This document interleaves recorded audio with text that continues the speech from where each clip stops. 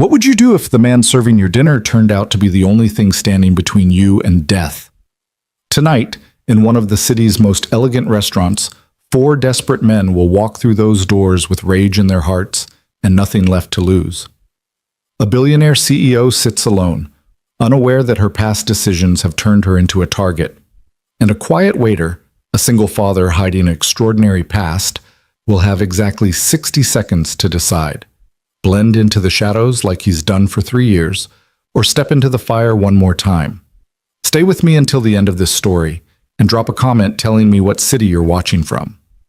I want to see how far this tale travels across the world. The first thing Jonah Carter noticed that night wasn't the 4 men who walked through Lumiere's front doors at exactly 9:47 p.m. It was the silence that followed them. Restaurants have rhythms, the clink of silverware against porcelain, the low murmur of conversation floating between tables, the occasional burst of laughter from a corner booth. Lumiere was no exception. For the past 2 years, Jonah had learned every beat of this place, every subtle shift in atmosphere that marked the difference between a good night and a great one. He'd become invisible here, just another face in black and white serving food to people who rarely looked up long enough to remember his name. That's exactly how he wanted it. But when those 4 men entered, something fundamental changed. The conversations didn't stop, not exactly, but they stuttered, hesitated. Several diners glanced toward the entrance, their instincts picking up on something their conscious minds hadn't yet identified. Jonah, polishing wine glasses behind the bar, felt the hair on the back of his neck stand up. He knew that feeling. He'd spent 8 years as a crisis negotiator learning to trust it. The men looked like they dressed for the occasion, button-down shirts, dark jeans, shoes that had been polished recently but not well. They were trying to fit in, trying to look like they belonged in a place where appetizers cost more than their weekly grocery bills. But their shoulders were too tight, their jaws too set, their eyes too focused. They were here for a reason. Jonah set down the wine glass carefully, his movements deliberate and calm, even as his pulse began to quicken. Through the large windows that overlooked the city's glittering skyline, he could see his reflection, a tall, lean man in his late 30s with close-cropped dark hair and the kind of face people forgot the moment he left the room. Unremarkable. Safe. Forgettable. Exactly what he'd been cultivating since the day he turned in his badge. Table for 4? Marcel, the maitre d', approached the men with his practiced smile, the one that managed to be welcoming and subtly condescending at the same time. The largest of the 4, a man with a shaved head and a scar across his left eyebrow, shook his head. "We're not eating. We're here to see someone." Marcel's smile tightened almost imperceptibly. "I'm afraid Lumiere operates on a reservation-only basis. If you'd like to wait at the bar, we'll wait at a table." The man's voice wasn't loud, but it carried weight. The kind of weight that comes from years of giving orders in loud places, factory floors, construction sites, anywhere human voices had to compete with machinery. Jonah knew that voice. More specifically, he knew that kind of voice. Marcel glanced toward Antoine, the head waiter, who glanced toward Jonah. The unspoken hierarchy of the restaurant flowed through looks and subtle gestures. Antoine was wondering if he should call someone. Jonah was wondering if he should intervene. He didn't. Not yet. "Very well," Marcel said, his professional veneer never cracking. "This way, gentlemen." The men followed Marcel to a table near the center of the dining room, and that's when Jonah saw who they were looking at. Celeste Hahn sat alone at table 12, her usual spot when she came to Lumiere. Once a month, like clockwork, she'd arrive at 9:30 p.m., order the same meal, seared duck breast with blackberry reduction, and work through dinner on her tablet, occasionally taking calls that never seemed to bring good news to whoever was on the other end. She was beautiful in that sharp, untouchable way that made people think of ice sculptures or expensive knives. Mid-40s, Korean-American, with dark hair pulled back so severely it looked painful. She wore power the way other people wore perfume. Jonah had served her exactly 11 times in the 2 years he'd worked here. She'd looked at him directly, maybe twice. She never sent food back, never complimented the chef, never left more or less than exactly 18% gratuity. She was precise, efficient, and utterly self-contained. She was also, if he remembered correctly, the CEO of Park Ventures, one of the largest private equity firms in the state. And now 4 men were sitting 3 tables away from her, watching her with the intensity of people who'd spent a long time thinking about this moment. Jonah's mind started working through scenarios automatically. 8 years away from the job, and his brain still couldn't stop running threat assessments. 4 men, all physically capable, all radiating tension. 1 woman, alone, unaware. Restaurant full of witnesses, which meant they probably weren't planning anything immediately violent. But probably wasn't certainly.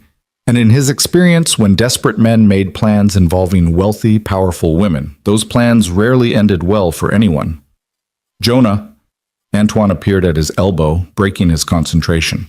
Table 7 needs their check, and Table 3 wants to know if the kitchen can prepare the salmon without butter. Tell them we can do olive oil instead, but it won't taste the same, Jonah said absently, still watching the 4 men. They'd ordered water, just water. They weren't here to eat. You okay? Antoine asked. You look like you've seen a ghost. Maybe he had. A ghost of himself from a life he'd left behind in a pool of blood and broken promises. I'm fine, Jonah lied. Just tired. He forced himself to turn away, to focus on his tables, to do his job. Table 7's check. Table 3's salmon. Table 9 wanted dessert menus. He moved through the motions automatically, his body on autopilot while his mind stayed locked on Table 12 and the 4 men who couldn't stop staring at Celeste Hahn. She hadn't noticed them yet. Or if she had, she gave no indication. Her fingers moved across her tablet with mechanical precision, her face betraying nothing. In another life, Jonah might have admired that kind of composure. Tonight, it just made her vulnerable. 23 minutes passed. Jonah watched the clock behind the bar tick away the seconds while he poured wine, cleared plates, smiled blandly at customers who didn't see him. The 4 men sat motionless at their table, their water untouched, their eyes never leaving Celeste Hahn.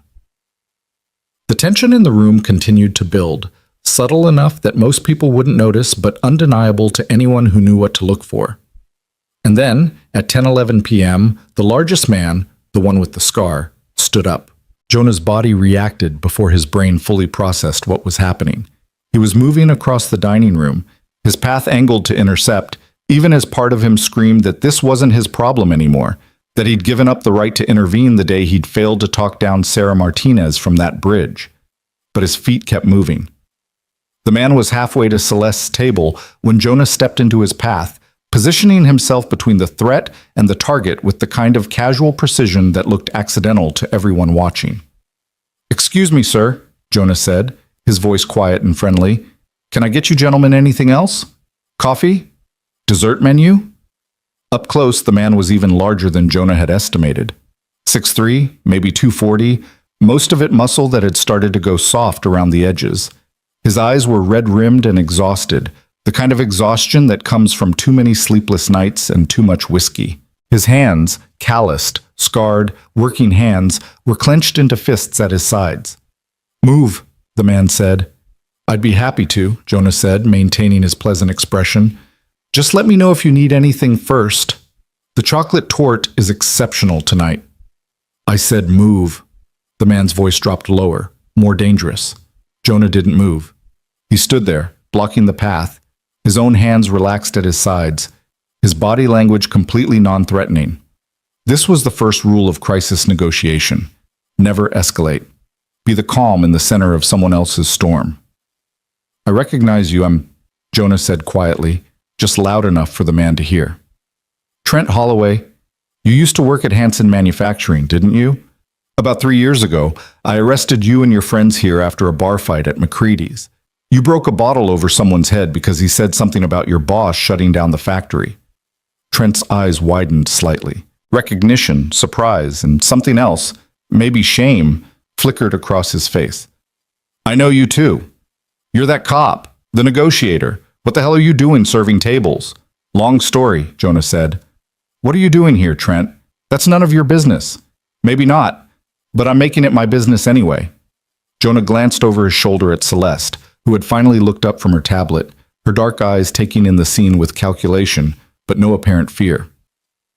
Whatever you came here to do, there's a better way to handle it. You don't know what we came here to do. Don't I? Jonah kept his voice level. 4 men, 1 target, Restaurant full of witnesses. You're not here to hurt her. If you were, you would have done it already. You're here to scare her, to make her understand something, to make her feel what you've been feeling. Trent's jaw clenched. She deserves to be scared. Maybe, Jonah conceded. But scaring her here like this? Best case scenario, you end up in jail and she goes home unscathed. Worst case, someone gets hurt. Maybe one of you, maybe her, maybe some innocent person at the wrong table. Is that what you want? What I want, Trent's voice cracked slightly. What I want is for her to understand that we're not just numbers on a spreadsheet. We're people. We had lives, families, futures. And she took all of that away with one phone call. Behind them, Jonah could hear the other three men standing up. He didn't turn around. Keeping his eyes on Trent was crucial, but he was aware of them moving closer, forming a loose semicircle. Antoine had noticed the situation now. Jonah could see him in his peripheral vision, phone in hand, probably debating whether to call the police. Not yet, Jonah thought. Give me a minute.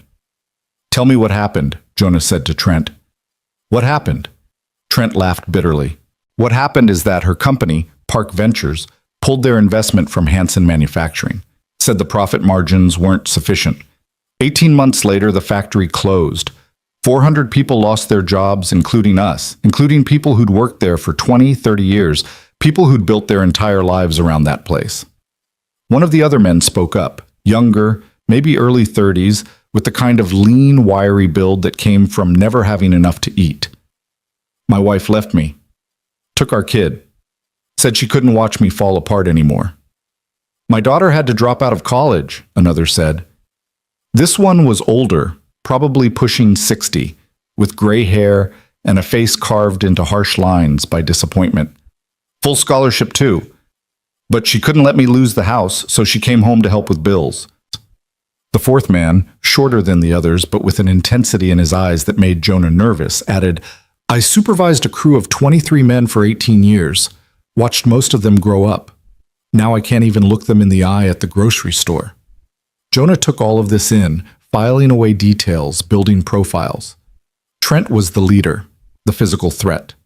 The younger one, Owen, if Jonah's memory was correct, was the most emotionally volatile. The older one, Rafe, carried guilt along with his anger, and the intense one, Dominic, was the one who might actually be dangerous if pushed too far. And you blame Ms. Hahn for all of this, Jonah said. Damn right we do, Trent said. It was her call, her decision.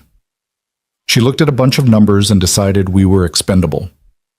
So you came here tonight to confront her, to make her see you as real people instead of numbers. Jonah paused. Did you bring weapons? The silence that followed was answer enough. Show me, Jonah said quietly. Trent hesitated, then slowly pulled back his jacket to reveal a tire iron tucked into his belt. Owen had a wrench. Rafe had nothing, but Dominic had a folding knife clipped to his pocket. Jonah's blood ran cold. This was worse than he'd thought. They hadn't just come to scare her. They'd come prepared for violence, even if they hadn't consciously acknowledged it.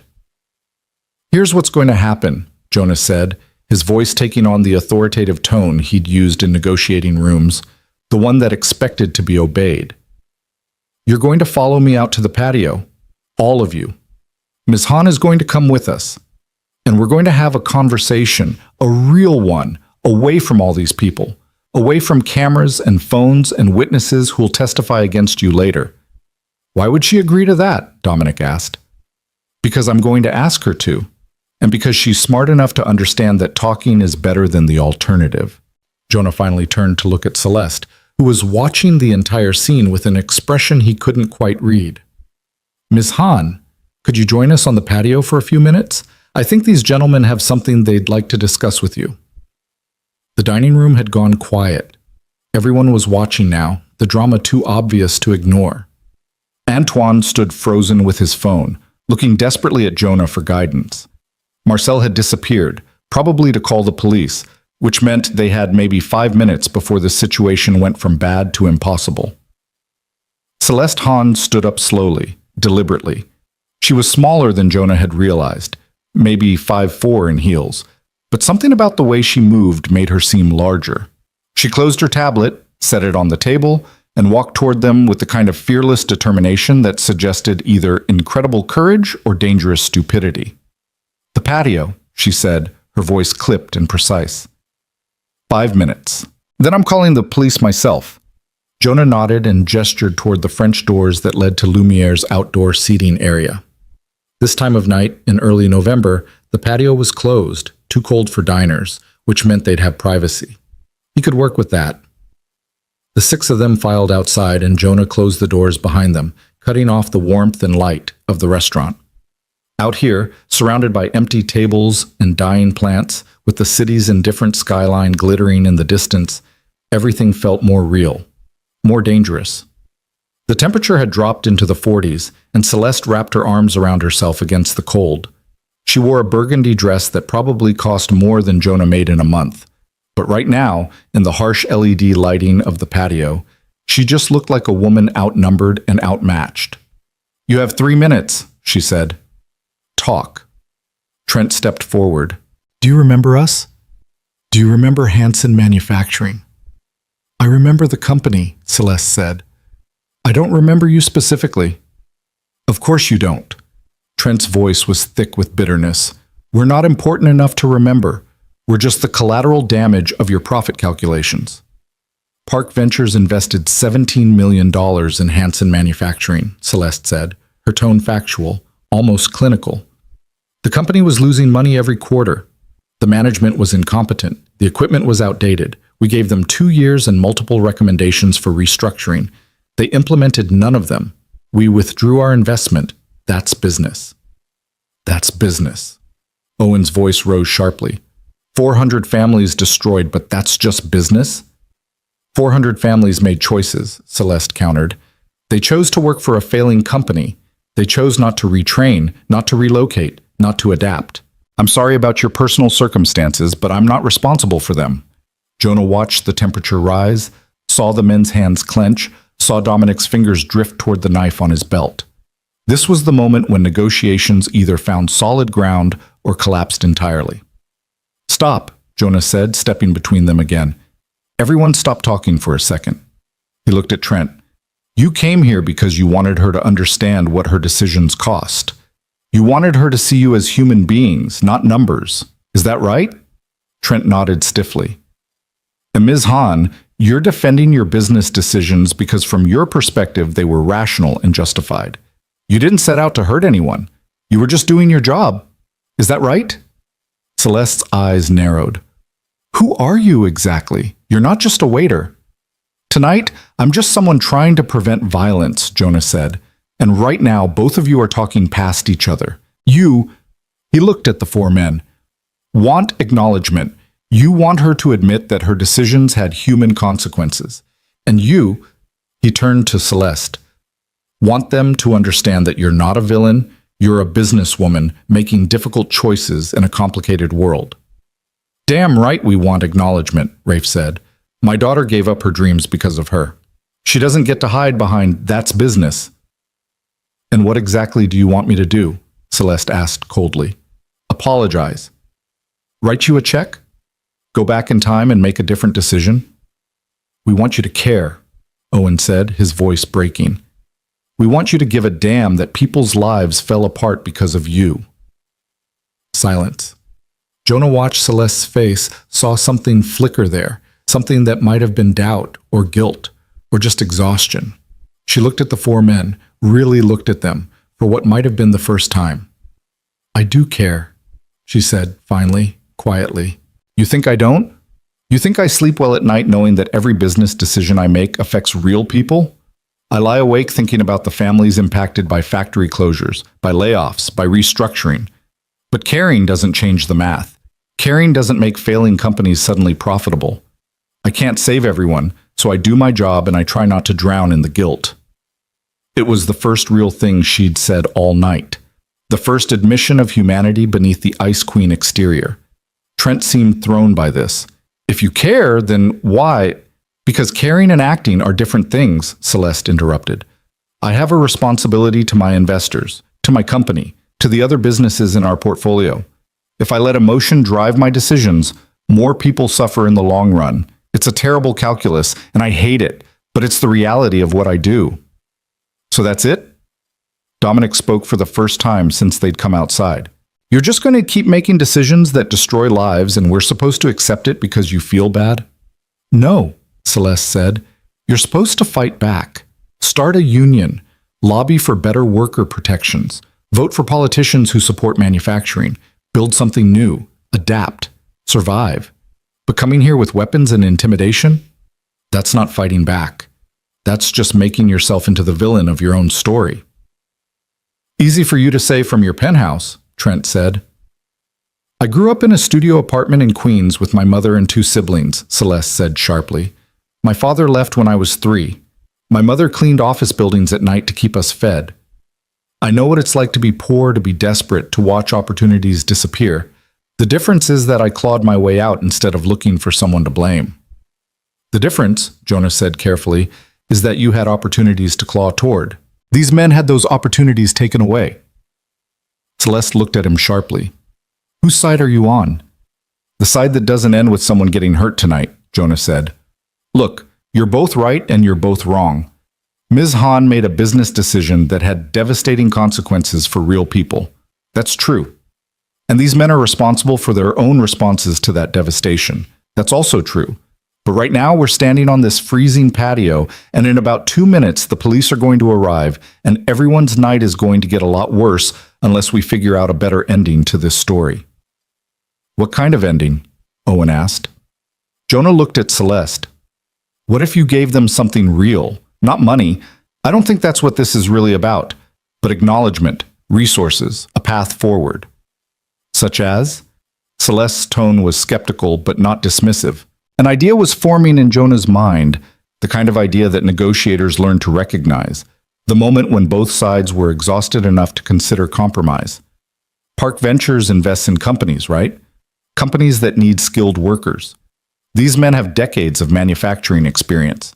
What if you created a retraining program, something substantial, not a token gesture, but real investment in helping displaced workers from companies you've divested from? Partner with your portfolio companies to guarantee job placements for people who complete the training. That would cost, Celeste started.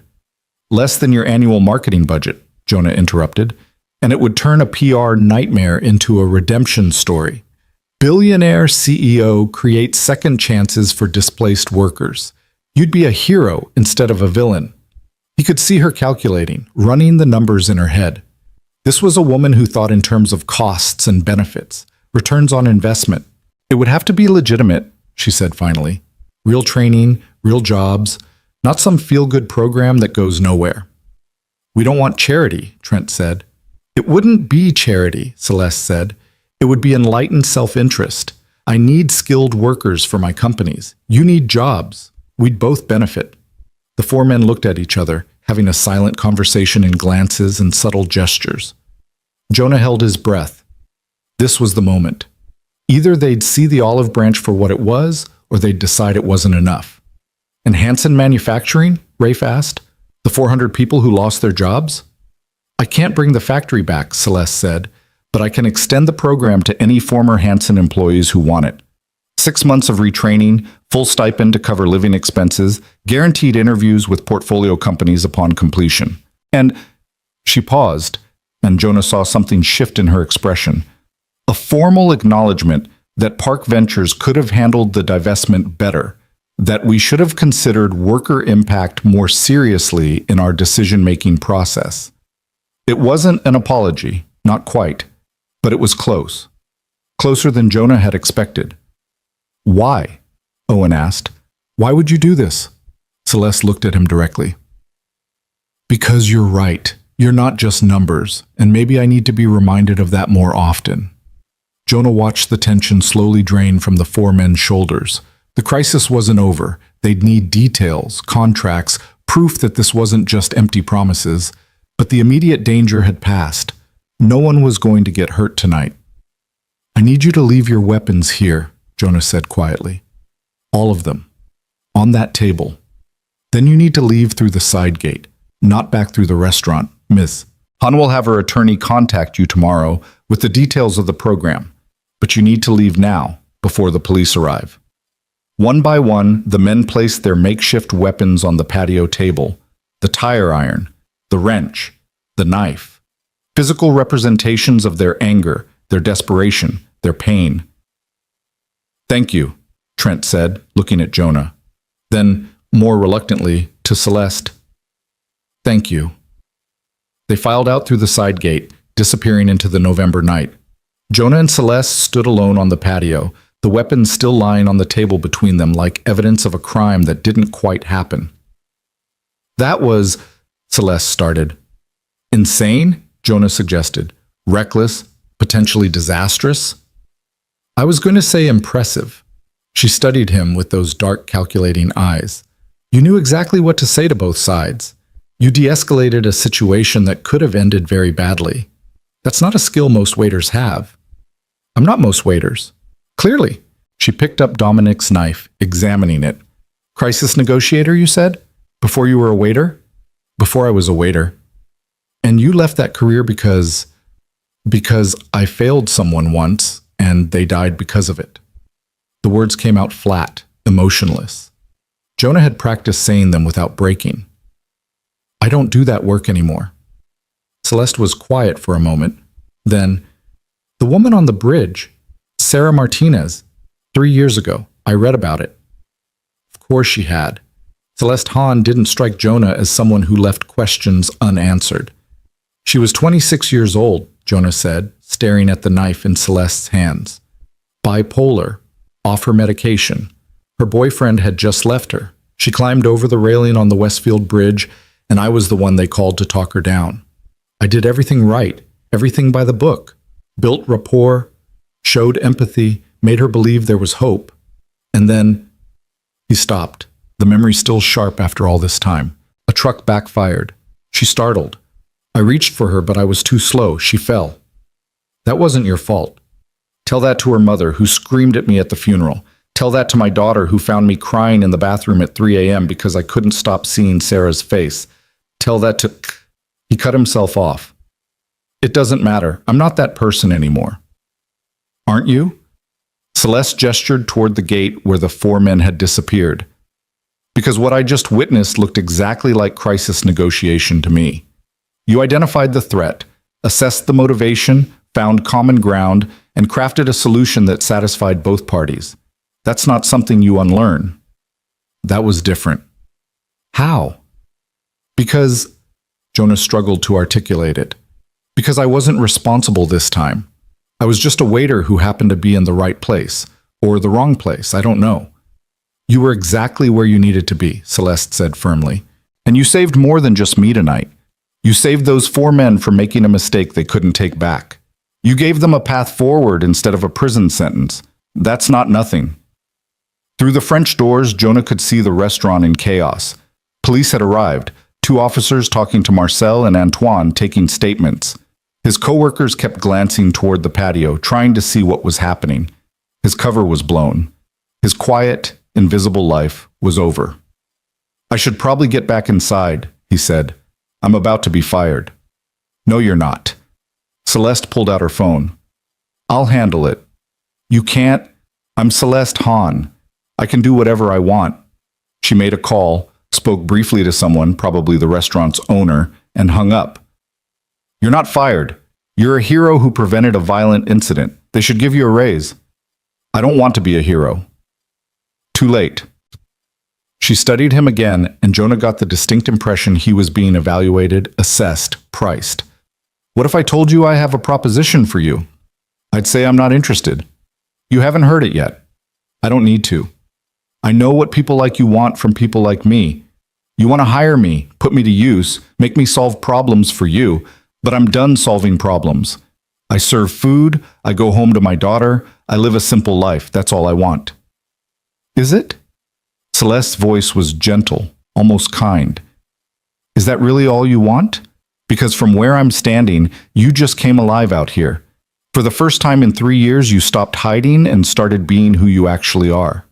And I think part of you misses that, misses mattering." The words hit harder than they should have. Jonah wanted to deny them, to insist that he was happy with his small, safe life. But Celeste Hahn hadn't built an empire by being blind to uncomfortable truths. Think about it, she said. I'm going to create that retraining program we discussed, but I need someone to run it, someone who understands both business and people, who can bridge the gap between workers and executives, someone who can spot potential crises before they explode into violence, someone exactly like you. I can't. You can. You just did. She handed him a business card. My private number.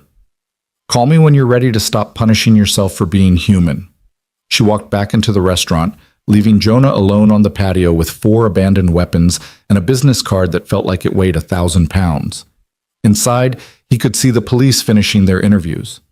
They'd want to talk to him next, get his statement, ask him questions he didn't want to answer. His quiet, invisible life was definitely over.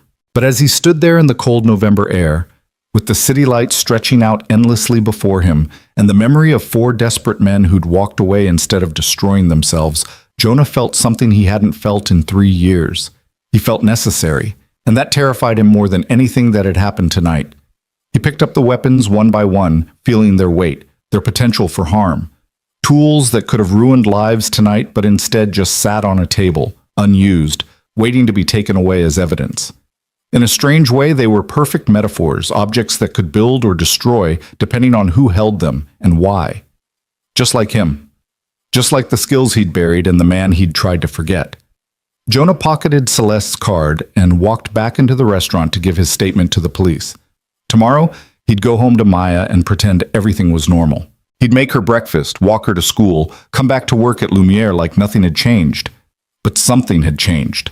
Celeste Hahn was right about that much. Tonight, for 60 minutes on a freezing patio, Jonah Carter had stopped being invisible.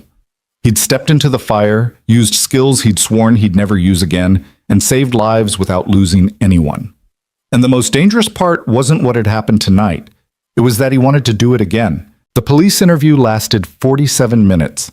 Jonah sat in Marcel's office, a cramped room that smelled of expensive cologne and old paperwork, answering questions from Detective Sarah Chen, a woman in her early 50s with tired eyes and the kind of patience that came from hearing every possible variation of human stupidity. So let me get this straight, Detective Chen said, flipping through her notes. 4 men came into the restaurant with weapons, targeting a specific customer, and you, a waiter, decided to handle it yourself instead of calling us immediately. I did handle it, Jonah said. Nobody got hurt. That's not the point, Mr. Carter. You put yourself and everyone in that restaurant at risk. What if those men had been more violent? What if they'd had guns instead of tire irons? They didn't. You couldn't have known that. Yes, I could. Jonah met her gaze steadily. I'm former LAPD, Crisis Negotiation Unit, 8 years. I read the situation and made a judgment call. Detective Chen's expression shifted from irritation to recognition. Carter, Jonah Carter, you're the one who worked the Sarah Martinez case. Yes. She was quiet for a moment, and Jonah could see her recalculating, reassessing. The Martinez case had been big news 3 years ago. Local negotiator fails to save suicidal woman.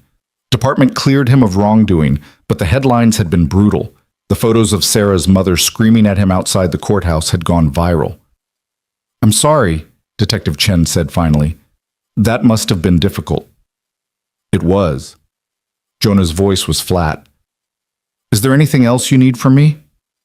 The men. Do you know where they went? No. They left through the side gate. Ms. Hahn has agreed not to press charges provided they accept her offer of assistance. That's generous of her. She's a complicated woman. Detective Chen closed her notebook. Look, off the record, what you did tonight was either incredibly brave or incredibly stupid. Maybe both, but you're lucky it worked out. Next time, call us first. There won't be a next time, Jonah said, but even as he said it, he knew it was a lie. It was past midnight when Jonah finally left the restaurant. The November air had grown even colder, and his breath formed small clouds as he walked to his car, a 15-year-old Honda Civic that had seen better decades. The passenger side door didn't lock properly anymore, and the check engine light had been on so long he'd stopped noticing it. His phone buzzed. A text from his daughter's babysitter, Mrs. Chen from the apartment next door. Maya fell asleep during her movie. I put her to bed. She wants to know if you'll make pancakes tomorrow. I said probably. Jonah smiled despite his exhaustion. Maya was 7 years old, fiercely intelligent, and absolutely convinced that pancakes could solve any problem. She'd been 4 when her mother left, too young to understand that some people weren't built for the kind of patient, grinding love that single parenthood required.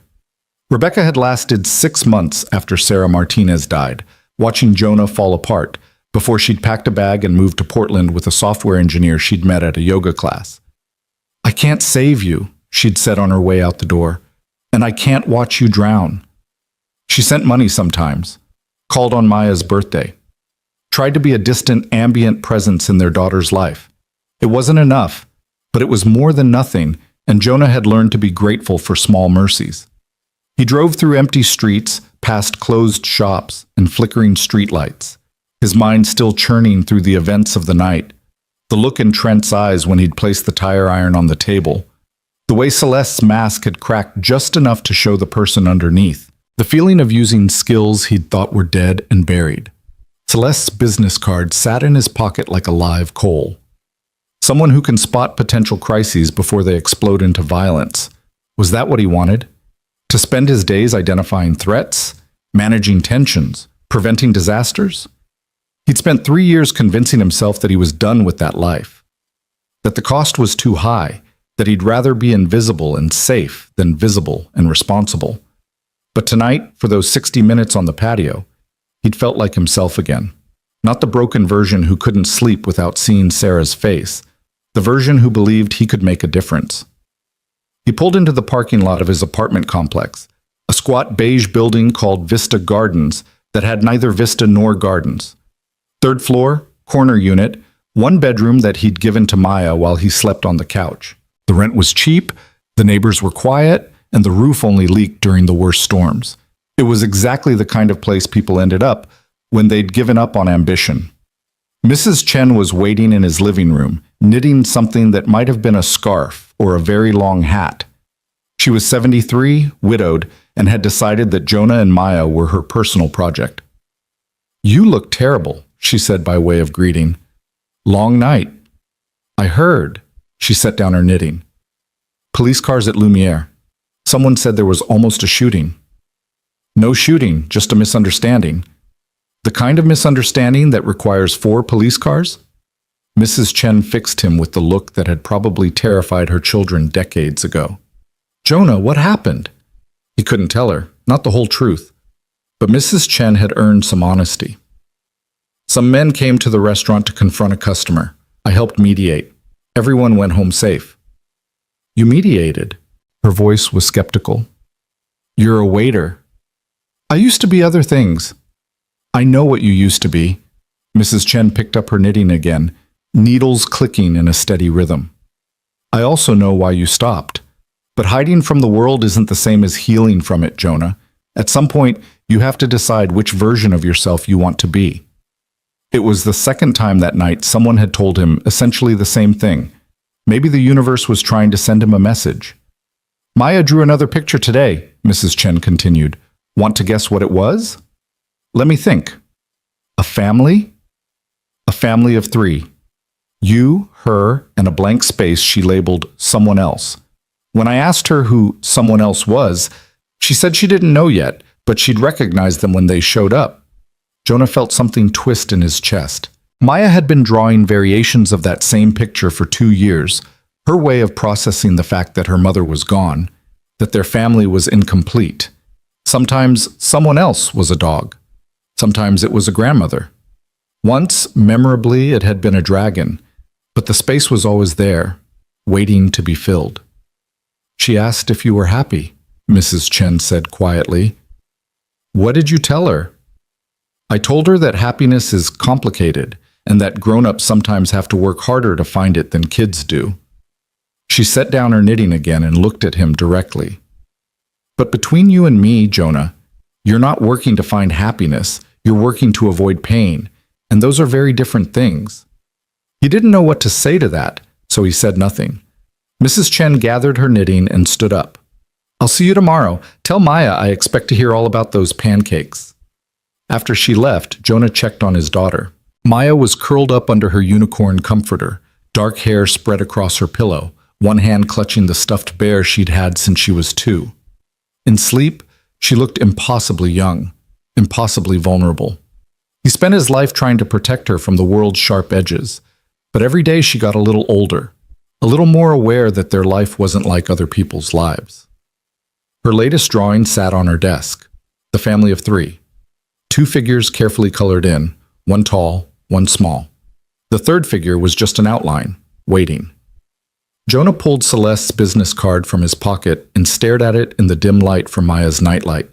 A simple card, expensive paper, raised lettering, a phone number that could change everything or ruin everything.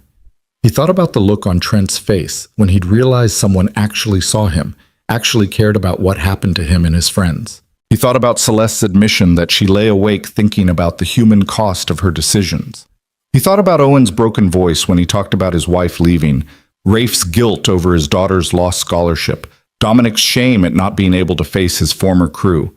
He thought about all the Trents and Owens and Rafes and Dominics out there, people standing on their own versions of bridges, one bad decision away from disaster. And he thought about Sarah Martinez, who he hadn't been fast enough to save. Maybe that's what this was really about.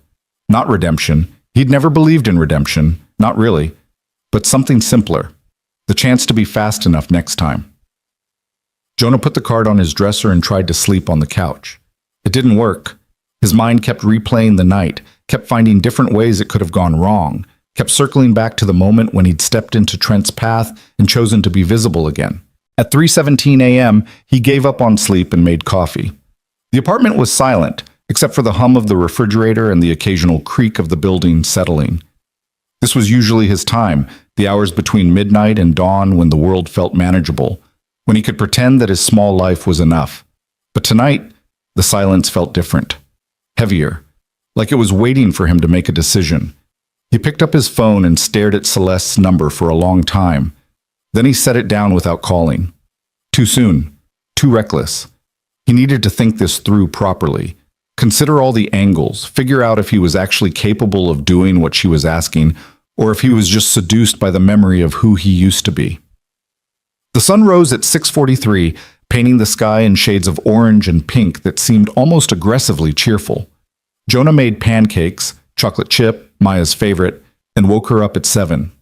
"Is it Saturday?" she asked groggily. "Tuesday. We only have special pancakes on Saturday."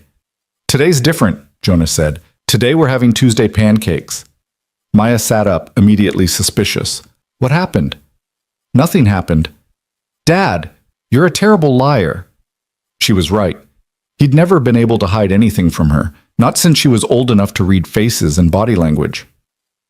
"Something happened at work," he admitted, "but everyone's okay, and I made pancakes to celebrate everyone being okay." Maya considered this as she climbed out of bed and padded to the kitchen table. She was wearing her favorite pajamas, purple with stars, and her hair was a magnificent disaster that would require serious negotiation to tame before school. "Mrs. Chen said there were police cars," Maya said, attacking her pancakes with the focused intensity she brought to everything. "She said maybe someone tried to rob the restaurant." "Not exactly." "Then what exactly?" Jonah sat down across from her. "Some people were upset about something and I helped them talk it out. That's all. Like when you used to help people before." She remembered. Of course she remembered. Maya had been 4 when he left the force, but she had the kind of memory that filed away everything and retrieved it at inconvenient moments. Sort of like that. "Did you like it?" The question caught him off guard. "What?" "Helping them. Did you like it?" Maya looked at him with her mother's eyes, dark, perceptive, impossible to fool. "You've been sad for a long time, Dad. Sad in the way where you smile, but it doesn't reach all the way up. But this morning you look different, like maybe the smile might actually make it." 7 years old, and she could read him better than anyone. "I did like it," Jonah admitted. "It felt good to help people again, but it's complicated." "Because of the lady who fell?" His throat tightened. They'd talked about Sarah Martinez once, when Maya had found him crying and demanded to know why. He'd tried to explain it in terms a 5-year-old could understand, that he'd tried to help someone, that he'd failed, that it had hurt him very badly. Maya had hugged him and told him that trying to help was always good, even when it didn't work. At the time, he hadn't believed her. Now, sitting across from her at their cheap kitchen table with chocolate chip pancakes going cold, he wondered if maybe she'd been right all along. "Yeah," he said, "because of her." "But you helped the people last night, right? They didn't fall." "No, they didn't fall." "So maybe you're getting better at it." Out of the mouths of babes. Jonah drove Maya to school, watched her run toward the building with her backpack bouncing, then sat in the parking lot for 10 minutes, staring at his phone. He had a shift at Lumiere that afternoon. He had bills to pay and a life to maintain. He had a daughter who needed stability and a father who didn't disappear into the kind of work that kept him awake at night. But he also had Celeste's number in his phone and a feeling in his chest that wouldn't go away. He called her at 9:15. She answered on the second ring. "I was wondering how long it would take you." "I haven't decided anything," Jonah said. "But you called. That's a start. Tell me about the job." Specifically, he heard papers rustling. "Community Relations Manager. You'd oversee the retraining program we discussed, design the curriculum, vet the candidates, coordinate with portfolio companies. But that's just the beginning. I want you to audit all of our investments for potential labor issues. Identify situations like Hansen before they explode. Mediate conflicts between management and workers. Essentially, be the human conscience of Park Ventures." "That's not a real job. That's you trying to assuage your guilt." "It's both." Celeste didn't sound offended. "But that doesn't make it less necessary. I employ 15,000 people across 12 companies. If I can prevent even a fraction of the situations like last night, that's worth it." "What's the salary?" She named a figure that was 3 times what he made at Lumiere. "That's too much." "That's what the position is worth. Take it or don't. But don't insult me by pretending I'm overvaluing your skills." Jonah watched a steady stream of parents dropping off their kids at the school. Normal people living normal lives, probably worrying about normal things like soccer practice and parent-teacher conferences. He could be one of those people. He'd been trying to be one of those people for 3 years. But maybe Mrs. Chen was right. Maybe avoiding pain wasn't the same as finding happiness. "I need to think about it," Jonah said. "You have until Friday. After that, I'm hiring someone else." Celeste paused. "For what it's worth, I don't think you're going to say no. Last night, I saw someone who'd been asleep for a long time wake up. People don't go back to sleep after that." She hung up before he could respond. Jonah drove to Lumiere in a daze. The restaurant looked different in daylight, smaller, less elegant, more ordinary. Antoine was already there, setting up for the lunch service, and when he saw Jonah, his face broke into a complicated expression somewhere between relief and concern. "Man, last night was insane," Antoine said. "Everyone's talking about how you faced down 4 armed guys like some kind of action hero." "I didn't face anyone down. I just talked to them." "That's not what Marcel's telling people. He's saying you saved Ms. Han's life." Marcel's exaggerating. "Maybe." Antoine started folding napkins with practiced efficiency. "But the owner called this morning. He wants to give you a commendation. Employee of the month, bonus, the whole thing. You're a hero, Jonah." There was that word again. Hero. Like what he'd done required some kind of exceptional courage instead of just the muscle memory of skills he'd never fully lost. "I don't want to be a hero," Jonah said. "I just want to do my job." "Which job?" Antoine looked at him knowingly. "Because I'm guessing the fancy CEO lady offered you something better than serving duck breast to people who don't say thank you. She might have mentioned something. You should take it." Antoine finished his napkin and started on another one. "Look, I like you, Jonah. You're a good waiter, you don't complain, you show up on time. But you're too smart to be doing this forever. And after last night, everyone knows you're capable of a lot more than carrying plates. What if I'm not ready? For what? The job? Or for people to see who you actually are?" It was the same question Celeste had asked, just phrased differently. The lunch shift was brutal.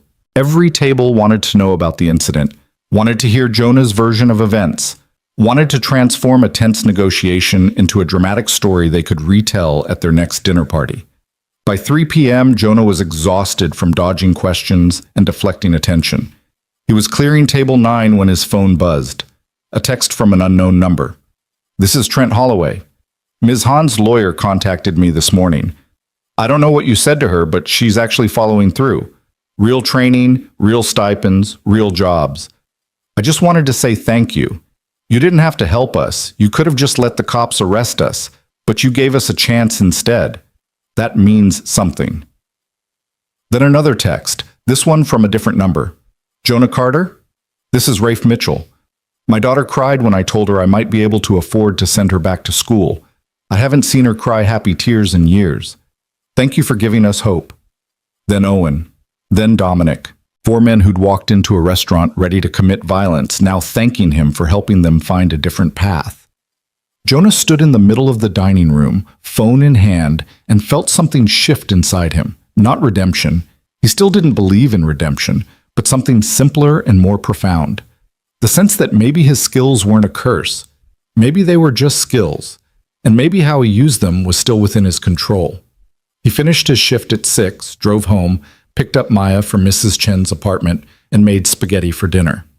Maya talked about her day, a complicated story involving a kid named Marcus who'd stolen her eraser, then apologized and given her his favorite pencil as restitution. She dissected the incident with the analytical precision of a future lawyer, debating whether the pencil adequately compensated for the eraser. "What do you think, Dad?" she asked. "Is it a fair trade?" "I think Marcus is probably a good kid who made a mistake and tried to make it right," Jonah said. "Sometimes that's all we can ask of people." Maya twirled spaghetti around her fork thoughtfully. "Is that what happened last night? Someone made a mistake and you helped them make it right?" "Something like that." "Then I think you should keep doing that." "Keep doing what?" "Helping people make things right." She looked at him seriously. "You're really good at it, Dad. And when you're good at something, you're supposed to use it. That's what Mrs. Chen says.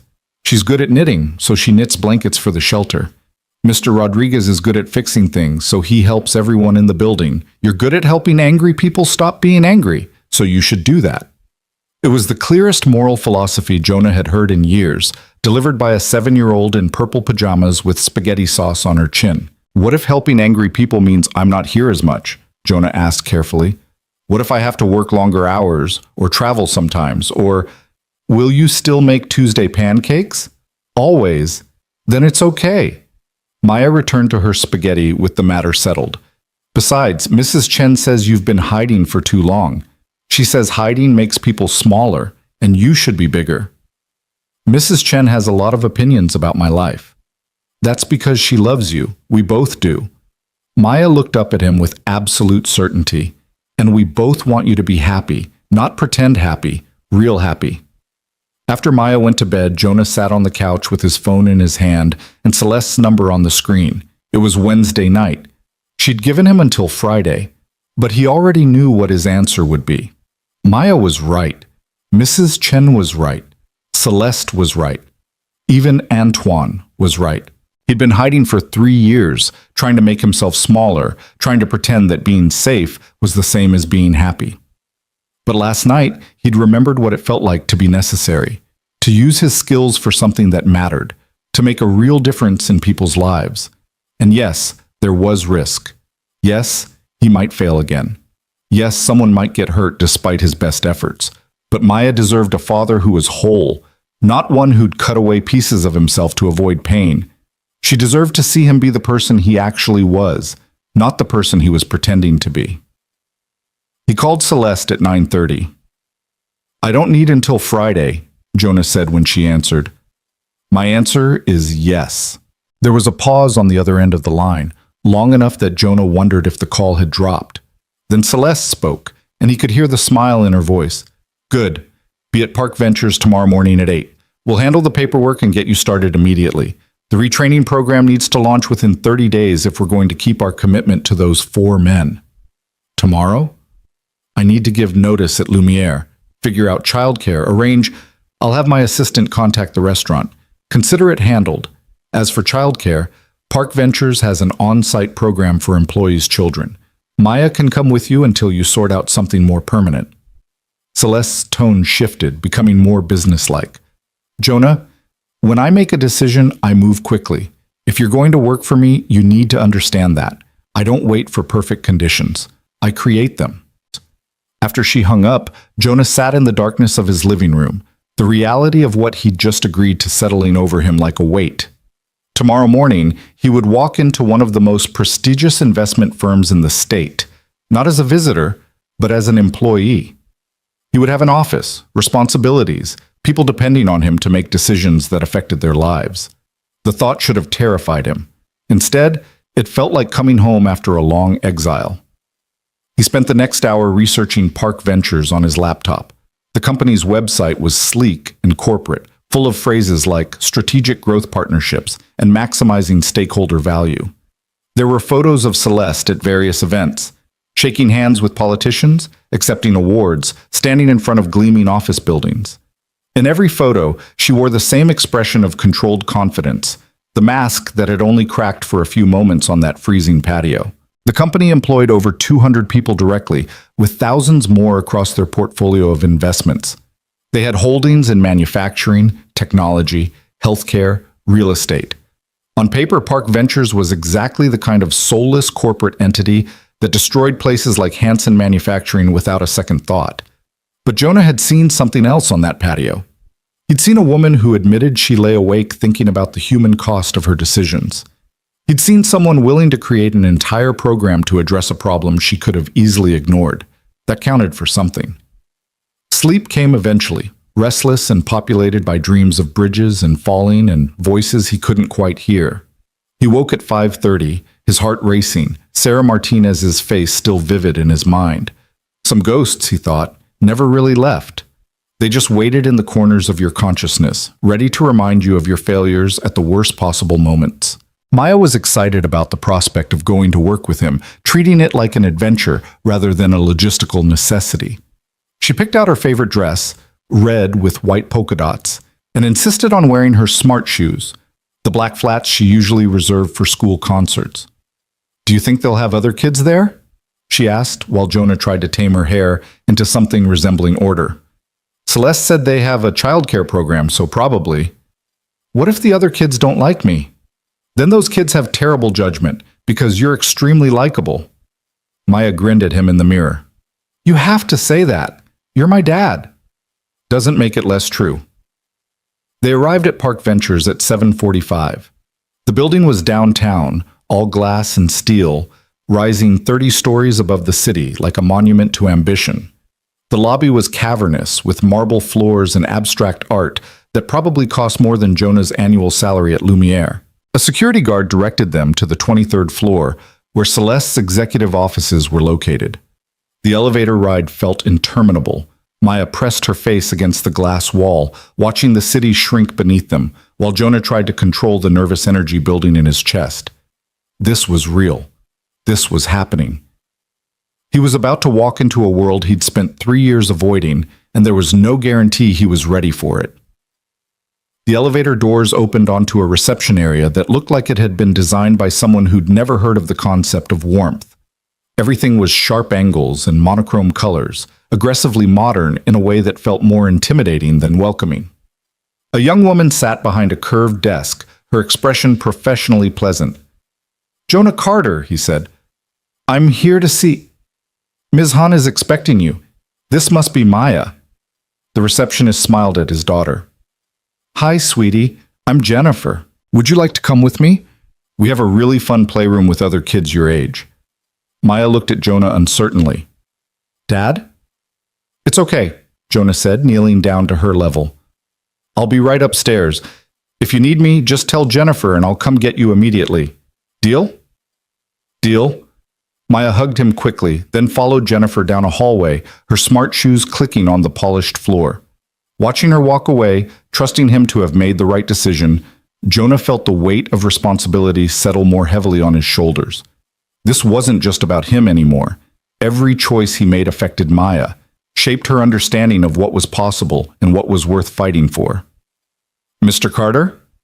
Another assistant appeared, this one male, probably in his late 20s, wearing a suit that cost more than Jonah's car. "I'm David. I'll take you up to Ms. Han's office." They rode another elevator up 3 more floors to the executive suite. Here, the aggressive modernity softened slightly. replaced by an aesthetic that suggested power without quite shouting it.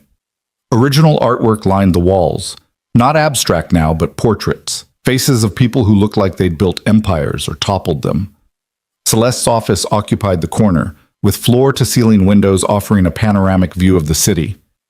She was standing at one of those windows when David ushered Jonah in, her silhouette sharp against the morning light. She didn't turn immediately, and Jonah had the sense that this was calculated, a power move designed to establish hierarchy. "Do you know what I see when I look out these windows?" Celeste asked finally.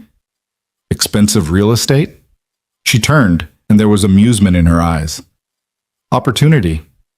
Every building down there represents thousands of people working, creating, struggling, succeeding, failing. Every decision I make ripples out into all those lives. It's exhilarating and terrifying in equal measure. And you're telling me this because I want you to understand what you've signed up for. This isn't just about creating a retraining program for 4 angry men. This is about fundamentally changing how Park Ventures interacts with the human beings affected by our decisions. That's a massive undertaking, and it's going to make you unpopular with a lot of people in this building." Jonah looked around the office. The expensive furniture, the prestigious degrees framed on the wall, the subtle markers of success that Celeste had accumulated over decades of ruthless competence. "Why do I get the feeling you're trying to talk me out of this?" "I'm not. I'm making sure you understand what you're walking into." Celeste moved to her desk, a massive piece of dark wood that looked like it had been carved from a single tree. "The executives here are brilliant, ambitious, and utterly convinced that emotion has no place in business decisions. They're going to see you as a threat to their way of operating. They're going to test you, undermine you, try to prove that caring about people is a luxury we can't afford. And you think I can handle that? I think you face down 4 armed men without flinching. Corporate politics should be easier." She pulled out a folder, thick with documents. "This is your employment contract, standard non-compete, confidentiality agreements, benefits package. Your official title is Vice President of Community Relations and Labor Integration. You report directly to me, which means you have authority to speak on behalf of Park Ventures in matters related to workforce issues." Vice President.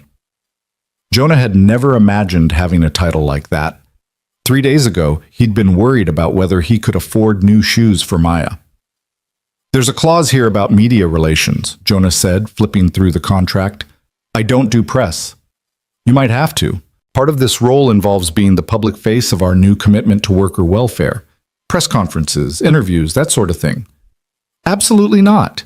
Celeste leaned back in her chair, studying him. "Still running from visibility?" "I'm not running. I'm being realistic about my limitations." "Your limitation is that 3 years ago a woman died while you were trying to save her, and you've been punishing yourself for it ever since. But punishing yourself doesn't bring her back, Jonah. It just wastes the skills that could save other people." The words hit hard because they were true. Jonah set down the contract and met Celeste's gaze directly. "I'll do the job. I'll build your program, mediate your conflicts, be your human conscience, or whatever you want to call it. But I won't be your poster boy for corporate redemption. Find someone else to smile for the cameras." "Fair enough." Celeste made a note on her tablet. "For now. But eventually you're going to have to decide whether you want to help people in private or actually change the systems that create these problems in the first place. The second option requires visibility." Before Jonah could respond, there was a knock on the door. A man entered without waiting for permission. Late 50s, silver hair, expensive suit, and the kind of confidence that came from never being told no. He looked at Jonah with undisguised skepticism. "This is the waiter?" he said. "This is Jonah Carter, our new VP of Community Relations," Celeste corrected, her voice sharp.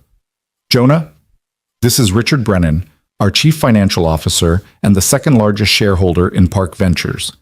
Richard didn't offer his hand. "Celeste, can we talk? Privately?" "Anything you need to say can be said in front of Jonah. He's part of the executive team now." Richard's jaw tightened. "Fine. What the hell are you thinking? Creating an entirely new division based on one incident? Hiring someone with 0 corporate experience? This retraining program is going to cost millions. And for what?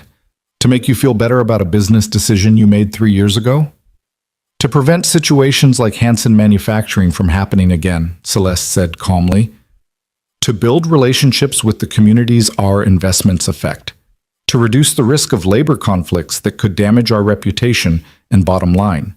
It's good business, Richard. It's emotional business, and emotional business is bad business.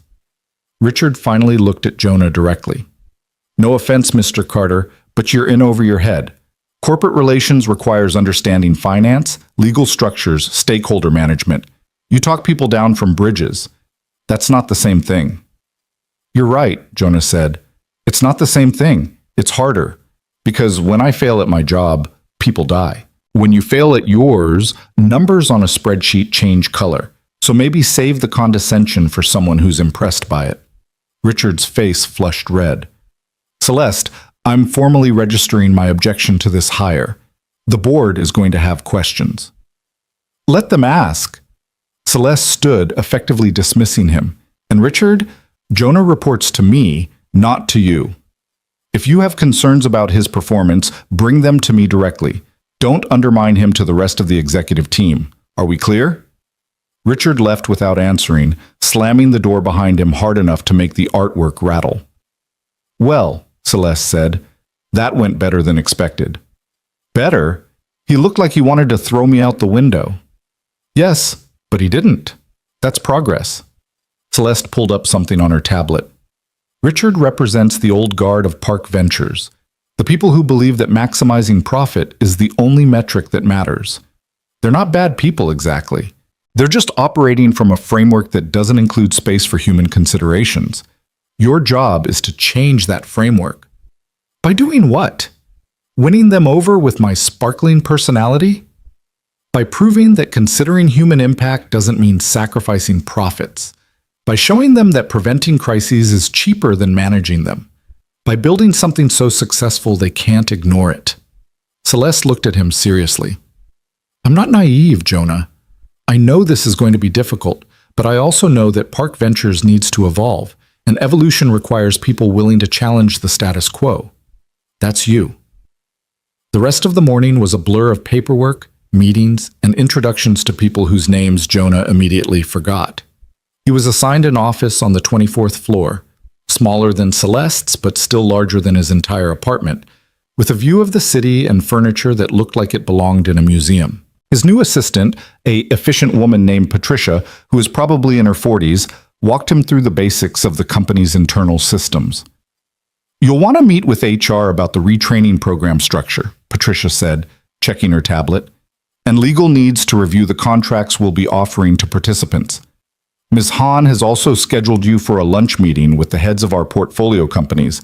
They need to understand the new labor integration requirements. All of that is today? Welcome to Park Ventures. We don't believe in slow transitions. Patricia smiled, and it was surprisingly warm. For what it's worth, I think what you're doing is important. My brother lost his job when his factory closed 5 years ago. Never really recovered. If someone had offered him what you're offering those men from Hansen, his life might have turned out very differently. It was a reminder that every person in this building had their own story, their own connections to the human cost of corporate decisions. Even here, in this temple of profit and efficiency, real lives were being lived. Jonah spent the afternoon in meetings that tested his patience and his ability to translate his crisis negotiation experience into corporate speak. The HR director wanted detailed metrics for measuring program success. The legal team wanted liability waivers and carefully worded contracts. The portfolio company executives wanted assurances that the retraining program wouldn't disrupt their operations or force them to hire unqualified workers.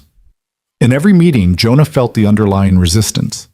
These were people who'd built their careers on certainty, on quantifiable results, on eliminating variables they couldn't control. What he was proposing introduced uncertainty, required them to consider factors that couldn't be easily measured, asked them to care about people they would never meet. But he also saw moments of genuine interest. The HR director, a woman named Susan Chen, who reminded him disturbingly of Detective Chen from the other night, admitted that their current hiring practices often overlooked experienced workers who lacked formal credentials. One of the portfolio executives, a younger man who ran a tech manufacturing company, talked about how hard it was to find skilled workers willing to learn new systems. By 4 p.m., Jonah's brain felt like it had been put through a blender. He made his way down to the childcare center, expecting to find Maya bored or anxious. Instead, she was in the middle of an elaborate construction project with 3 other kids, building something that looked like it might be a castle or possibly a spaceship. "Dad!" She ran over, face flushed with excitement. "Look what we made! And guess what? Tomorrow we're going to add a dragon." "A dragon in a spaceship?" "It's a space castle," one of the other kids explained with the patience of someone talking to a particularly slow adult. Obviously. On the drive home, Maya chattered about her day, about the new friends she'd made, about how the childcare center had better art supplies than her school. Jonah listened, grateful that at least one member of the Carter family had transitioned smoothly into their new life. "Did you have a good day?" Maya asked eventually. "Complicated," Jonah admitted. "Lots of meetings. Lots of people who aren't sure about me yet." Mrs. Chen says people who don't like change are just scared of finding out they've been doing things wrong. Maya looked at him seriously. "Are the people at your work scared?" "Maybe. Yeah, probably." "Then you should help them not be scared. That's what you're good at, remember?" Out of the mouths of babes again. Maybe the entire retraining program should just consist of 7-year-olds explaining basic human decency to corporate executives. That night, after Maya went to bed, Jonah opened his laptop and started drafting the framework for the retraining program. He pulled from his years of crisis negotiation experience, from his understanding of how people responded to trauma and change, from conversations he'd had with workers over the years. The program couldn't just be about job training. It needed to address the psychological impact of job loss, the shame and anger that came from feeling discarded, the fear of being too old or too specialized to start over. He worked until midnight, building something that felt real and substantial, something that might actually help people like Trent and Owen and Rafe and Dominic. Somewhere around 11:30, his phone buzzed with a text from Celeste. "Still working? Go to sleep. Tomorrow's going to be harder." He should have asked how she knew he was still awake. Instead, he just texted back a thumbs up and kept working. The next morning brought the first real test. Jonah arrived at the office to find Richard Brennan had scheduled an executive meeting to discuss concerns about the new Community Relations Division. It was scheduled for 9 a.m., which meant Jonah had exactly 30 minutes to prepare. "He's trying to undermine you before you've even started," Patricia said, bringing him coffee that was probably too expensive to taste as bitter as it did. Classic Richard move. "If I were you, I'd have your numbers ready." "What numbers?" "Any numbers. Richard only respects data. If you walk in there with feelings and good intentions, he'll eat you alive." Jonah spent 25 minutes pulling together every statistic he could find about the costs of labor disputes, the benefits of workforce stability, the long-term value of community relationships. It wasn't enough. He'd need months to build a truly compelling case, but it was something. The executive conference room was on the 26th floor, with an oval table that could seat 20 people and windows that made everything feel like it was happening in the sky. 6 executives were already seated when Jonah arrived. Richard, Susan from HR, the legal director whose name Jonah couldn't remember, and 3 others he hadn't met yet. Celeste walked in 30 seconds after Jonah, taking the seat at the head of the table with the easy confidence of someone who owned the room. "Thank you all for coming. Richard called this meeting to discuss the Community Relations Division. Richard, the floor is yours." Richard stood, which immediately gave him a power advantage Jonah hadn't anticipated. "I want to be clear that my concerns are not personal. Mr. Carter seems like a competent individual. However, creating an entirely new executive division based on a single incident represents exactly the kind of reactive decision-making we should be avoiding. Let's look at the costs." He pulled up a presentation on the large screen at the end of the room. Numbers appeared, projections, budget allocations. The retraining program would cost $4.2 million in the first year. Adding a community relations staff would cost another $3 million. The opportunity cost of executive time spent on labor integration instead of profit optimization was estimated at $2.7 million.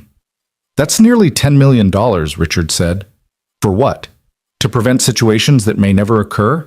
To make us feel better about hard business decisions? Park Ventures became successful by making rational choices based on data, not emotion. This program is all emotion and no data. Several executives nodded. Jonah felt the room shifting against him before he'd even spoken. "May I?" Jonah asked. Richard sat down with a gesture that suggested Jonah was welcome to embarrass himself. Jonah stood, wishing he'd worn a better suit, wishing he had Richard's easy command of the room, wishing he was anywhere else.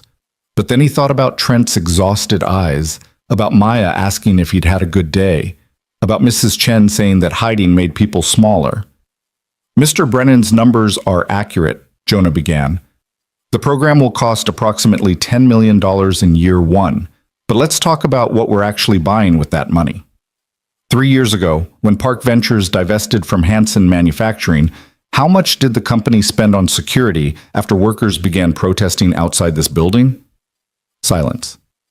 "I'll tell you, $750,000 on increased security, another $200,000 on legal fees related to harassment claims, and approximately $1.3 million in lost productivity when executives had to deal with constant disruptions. That's $2.25 million spent managing a crisis that could have been prevented. And that's just one divestment." He pulled up his own hastily assembled data on his tablet. In the past 5 years, Park Ventures has divested from or significantly restructured 7 companies. Each one resulted in some level of labor conflict. Each conflict costs money, sometimes in direct costs like security and legal fees, sometimes in indirect costs like damaged reputation and difficulty attracting future investments. The total cost of managing these conflicts exceeds $14 million. Richard leaned forward. "You're comparing actual costs to hypothetical savings. I'm comparing the cost of prevention to the cost of crisis management, and I'm suggesting that investing in relationships before they break is cheaper than repairing them afterward." Jonah looked around the table. Every person in this room has spent their career optimizing for efficiency. But human beings aren't efficient. We're messy and emotional, and we do irrational things when we feel threatened or discarded. The Community Relations Division isn't about feelings, it's about risk management. One of the executives Jonah hadn't met spoke up, an older woman with white hair and sharp eyes. "What's your metric for success? How do we know if this program is working?" It was a fair question. Jonah thought carefully before answering. "Short term, we measure participation rates in the retraining program, job placement success, and reduction in labor conflicts across our portfolio. Long term, we measure employee satisfaction in companies where we've invested, community perception of Park Ventures, and our ability to attract high-quality investment opportunities because we're known as responsible partners." "Those are soft metrics," Richard objected. "Reputation is a soft metric until you try to make a deal and find out the other party won't work with you because they've heard you destroy communities," Jonah countered. "Brand value is a soft metric until a PR crisis tanks your stock price. Worker loyalty is a soft metric until your entire skilled workforce walks out because they don't trust management. Soft metrics become hard losses very quickly when you ignore them." Celeste had been silent throughout the exchange, but now she spoke. "I didn't create this position on impulse. I created it because 4 men walked into a restaurant ready to commit violence against me, and the only thing that prevented tragedy was that a waiter happened to have crisis negotiation experience. That should never have happened. Those men should never have felt so desperate, so invisible, that violence seemed like their only option. The fact that they did represents a failure of Park Ventures to consider human impact in our decision-making." "So this is guilt," Richard said. "This is evolution." Celeste's voice was sharp. "Park Ventures can continue operating the way we always have, maximizing short-term profits and managing crises as they arise. Or we can become the kind of company that prevents crises before they start, that builds lasting relationships with the communities we affect, that proves you can be profitable and responsible simultaneously. I prefer the second option." The room fell silent. Jonah could feel the executives calculating, weighing the costs against the benefits, trying to determine which side of this debate would serve their interests better. Susan from HR broke the silence. "I support the program. We've struggled to find qualified workers for our portfolio companies, and this gives us a pipeline of experienced people who are motivated to prove themselves. It's good business and good ethics." One by one, the other executives offered their positions. 3 supported the program, 2 remained skeptical, and Richard maintained his opposition. It wasn't unanimous approval, but it was enough. After the meeting ended and the executives filed out, Richard approached Jonah directly. Up close, the CFO looked older, more tired, like he'd spent too many years fighting battles that left no winners. "You're articulate," Richard said. "I'll give you that. But articulation doesn't change reality. This company survives by making hard choices quickly. The moment your soft metrics start costing us real opportunities, this whole division disappears. And so do you." "Then I guess I'd better make sure that doesn't happen," Jonah said. Richard studied him for a long moment. "You really believe in this, don't you? You think you can change how we do business?" "I think I can prevent some people from getting hurt unnecessarily. That's enough." "It won't be enough for Celeste. She wants you to transform Park Ventures into something it's never been. That's a much bigger ask than stopping a few angry workers from making mistakes." Richard's expression softened slightly. "For what it's worth, I hope you succeed. I just don't think you will." He left, and Jonah stood alone in the conference room, looking out at the city below. Somewhere down there, Trent and Owen and Rafe and Dominic were probably going about their days, maybe feeling hopeful for the first time in years. Somewhere down there, other people were standing on their own bridges, one bad day away from making decisions they couldn't take back. And now Jonah was supposed to build something large enough to catch them before they fell. The weight of it should have been crushing. Instead, as he gathered his notes and headed back to his office, Jonah felt something he hadn't felt in 3 years. He felt necessary again, and this time he was ready for it. The first 30 days moved faster than Jonah thought possible. He'd expected resistance, bureaucracy, endless meetings that accomplished nothing. What he hadn't expected was how quickly things could move when someone like Celeste Hahn decided they would move. Within a week, the legal framework for the retraining program was finalized. Within 2 weeks, partnerships were established with 3 technical colleges and 2 of Park Ventures' portfolio companies willing to guarantee interviews for program graduates. Within 3 weeks, the first cohort of participants was selected, not just Trent, Owen, Rafe, and Dominic, but 43 other former Hansen manufacturing employees who'd responded to the announcement with a mixture of skepticism and desperate hope. Jonah spent those 30 days doing everything at once, designing curriculum with educators who initially looked at him like he was insane for suggesting that psychological support should be as important as technical training, negotiating with portfolio company executives who wanted guarantees he couldn't give about worker performance, mediating disputes between HR departments and union representatives who'd spent decades viewing each other as enemies, conducting intake interviews with program participants who carried their anger and shame like physical weights. And through it all, trying to be present for Maya, who was adapting to their new life with the resilience of children who've learned early that stability is temporary. "Dad, you look tired," Maya said one morning over breakfast. It was a Saturday, 3 weeks into his new job, and Jonah had woken up at his desk after falling asleep reviewing participant files. "Just busy, kiddo." "Busy helping people?" "Trying to." Maya considered this while drowning her pancakes in syrup. "Mrs. Chen says helping people is like planting a garden. You put in all the work at the beginning, but you don't see the flowers for a long time. She says you have to be patient." Mrs. Chen is very wise. She also says you need to eat more vegetables and stop surviving on coffee and stress. Maya looked at him seriously. "I think she's right about that too." Jonah laughed despite his exhaustion. "When did you become the parent in this relationship? Someone has to be responsible." But Maya was smiling, and in that moment Jonah felt a surge of gratitude that nearly overwhelmed him. His daughter was happy. Actually happy. The small, careful life they'd built was expanding, and instead of being scared, she was thriving. Monday morning brought the official launch of the Worker Transition and Integration Program. Celeste had insisted on a press conference, despite Jonah's objections. "You can't change systems from the shadows," she'd told him. "People need to see that Park Ventures is serious about this." Now Jonah stood backstage in the building's ground floor conference center, listening to the murmur of reporters gathering, fighting the urge to run. Patricia appeared beside him with a tablet and an expression of determined calm. "Celeste speaks first, you speak second, then we take questions for 15 minutes. Simple." Nothing about this is simple. Then fake it. That's what everyone else in corporate America does. Patricia adjusted his tie, which he'd put on wrong. For what it's worth, the program is solid. The participants I've spoken with are genuinely grateful. You've built something real, Jonah. Don't let stage fright keep you from showing people what's possible.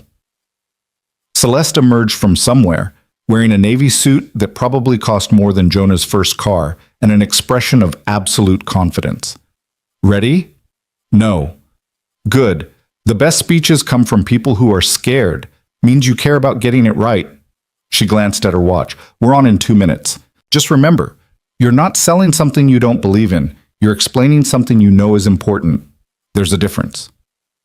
The stage lights were harsh and disorienting. Jonah stood slightly behind and to the left of the podium, while Celeste addressed the assembled media. She spoke about Park Ventures' commitment to responsible investment, about the need for corporations to consider their impact on workers and communities, about the worker transition program as a model for how private equity could create value while maintaining human dignity. It was a good speech, polished and strategic, hitting all the right notes. But Jonah wondered how many people in the room actually believed it, versus how many saw it as clever PR designed to rehabilitate Park Ventures' reputation. Then Celeste was introducing him, and he was walking to the podium, facing cameras and reporters, and the weight of expectations he wasn't sure he could meet.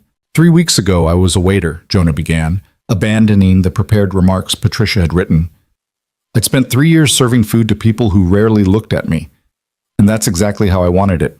I was invisible, safe, and convinced I'd left behind the part of my life where I tried to help people in crisis. He saw Celeste tense slightly. This wasn't the corporate message she'd wanted, but he continued anyway. Then 4 men walked into the restaurant where I worked. They were angry, desperate, and armed. They were there to confront Ms. Hahn about a decision her company had made 3 years earlier, a decision that had destroyed their lives. And I had a choice. I could stay invisible, let the situation play out however it would, protect myself. Or I could step forward and try to help. Jonah looked directly at the cameras. I'm not telling you this to make myself sound heroic. I'm telling you this because those 4 men, Trent, Owen, Rafe, and Dominic, represent thousands of workers who've been displaced by corporate decisions. Good people who spent decades building skills, supporting families, contributing to their communities. People who did everything right and still lost everything because market conditions changed or profit margins weren't sufficient or a private equity firm decided their factory wasn't worth the investment. He could feel the room's attention sharpening, reporters leaning forward, cameras focusing.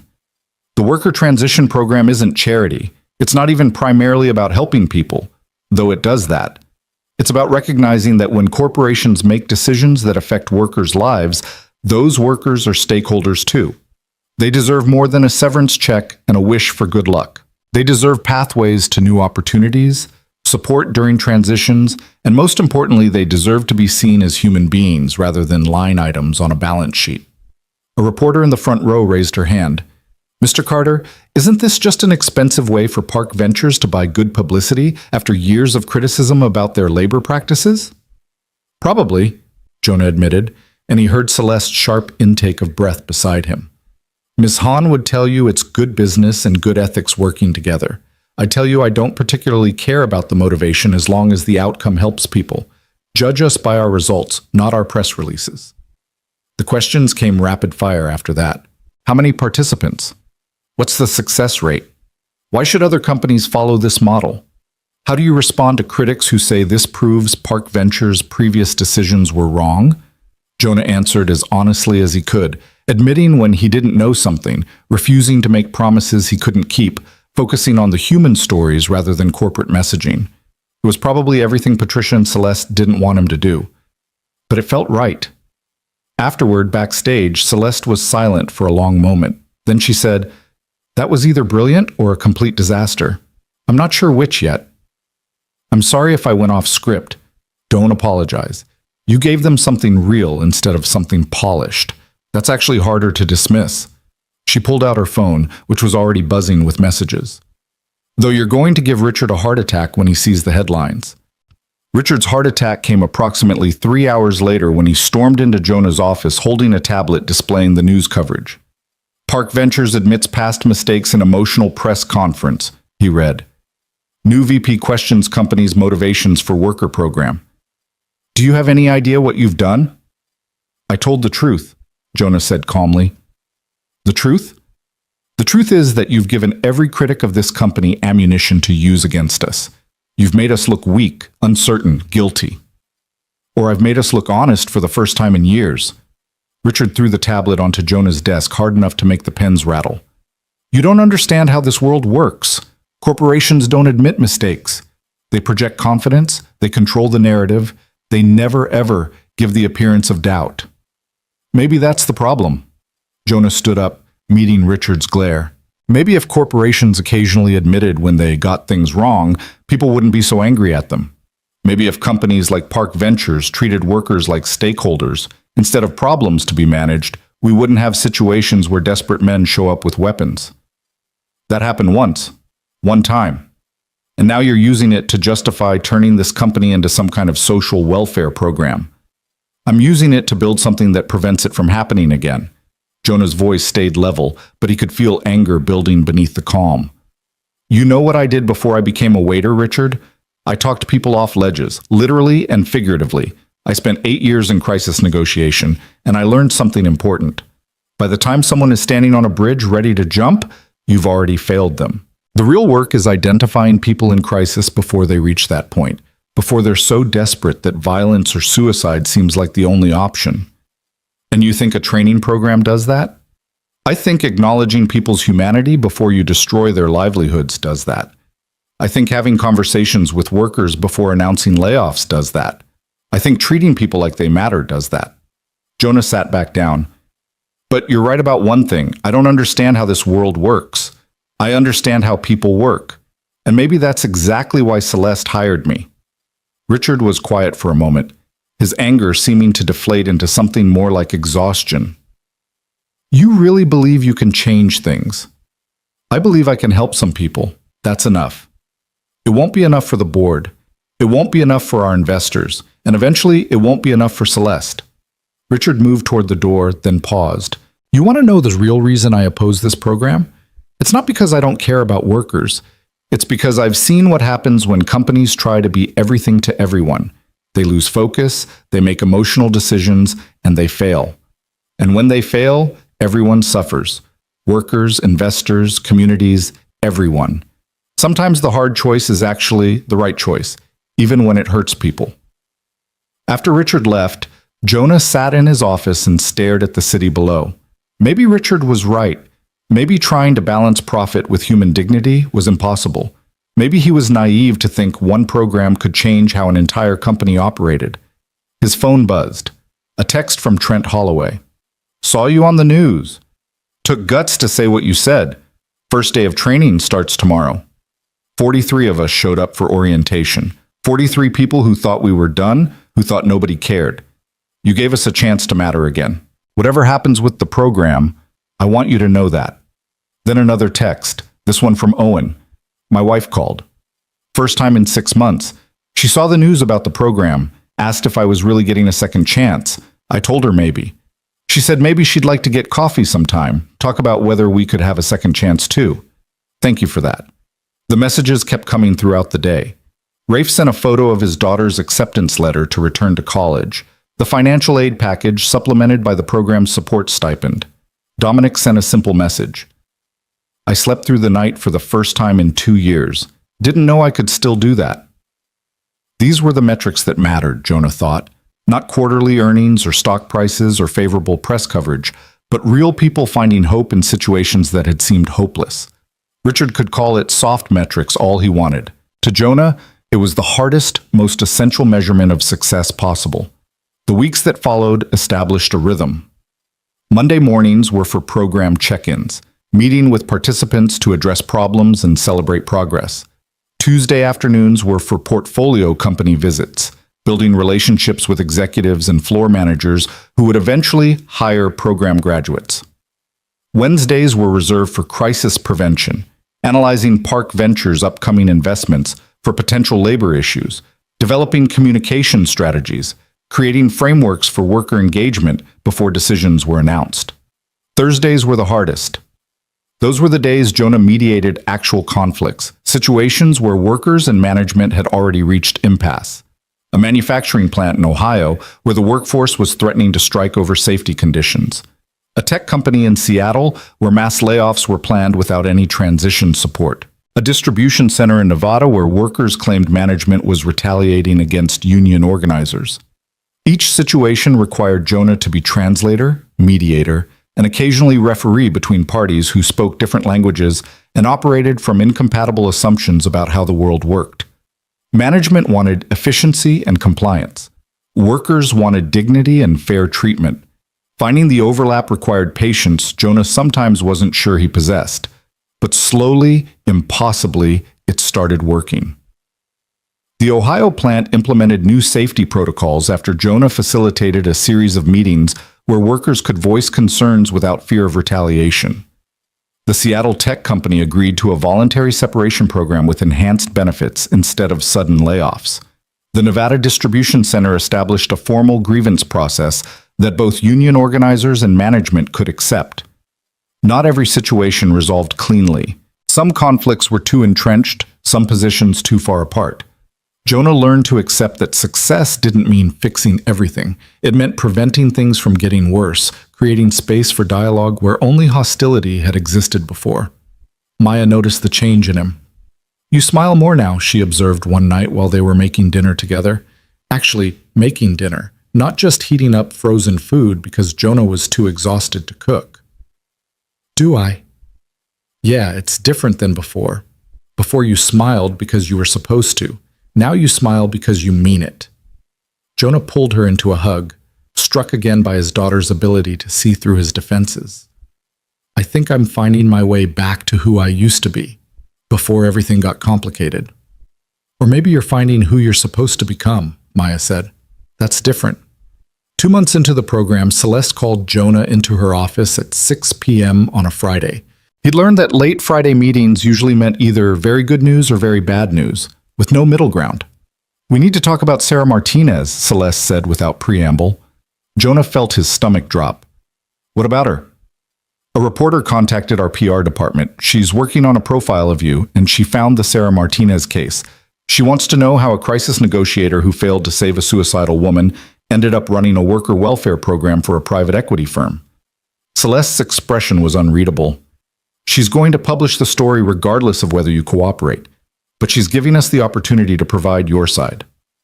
"There is no my side. I failed. Sarah died. That's the story." "That's not the whole story." Celeste pulled up something on her tablet. "I had our research team look into the Sarah Martinez case. Did you know she'd attempted suicide twice before? Did you know she'd been involuntarily committed 3 times in the previous year? Did you know that the bridge she climbed onto had inadequate safety barriers that the city had been warned about for months? None of that changes the fact that I didn't save her." "No, but it changes the narrative from incompetent negotiator kills woman to overwhelmed system fails vulnerable person despite heroic efforts. You talked to her for 4 hours, Jonah. 4 hours. Most negotiators would have given up after 1. You stayed with her, kept her talking, almost brought her back. And then a random truck backfired at exactly the wrong moment, and she fell. That's not failure, that's tragedy." Jonah looked away, out at the city lights that had become familiar over the past months. "I appreciate what you're trying to do, but reframing my failure doesn't make it less real. I was supposed to save her. I didn't. I'll carry that for the rest of my life." "I know, but maybe it's time to stop letting that one moment define your entire existence." Celeste stood up and moved to stand beside him at the window. "You've helped dozens of people in the past 2 months. Prevented multiple crises, built something meaningful.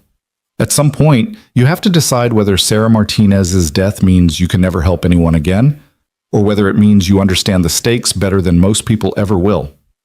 "The reporter," Jonah said. "What does she want?"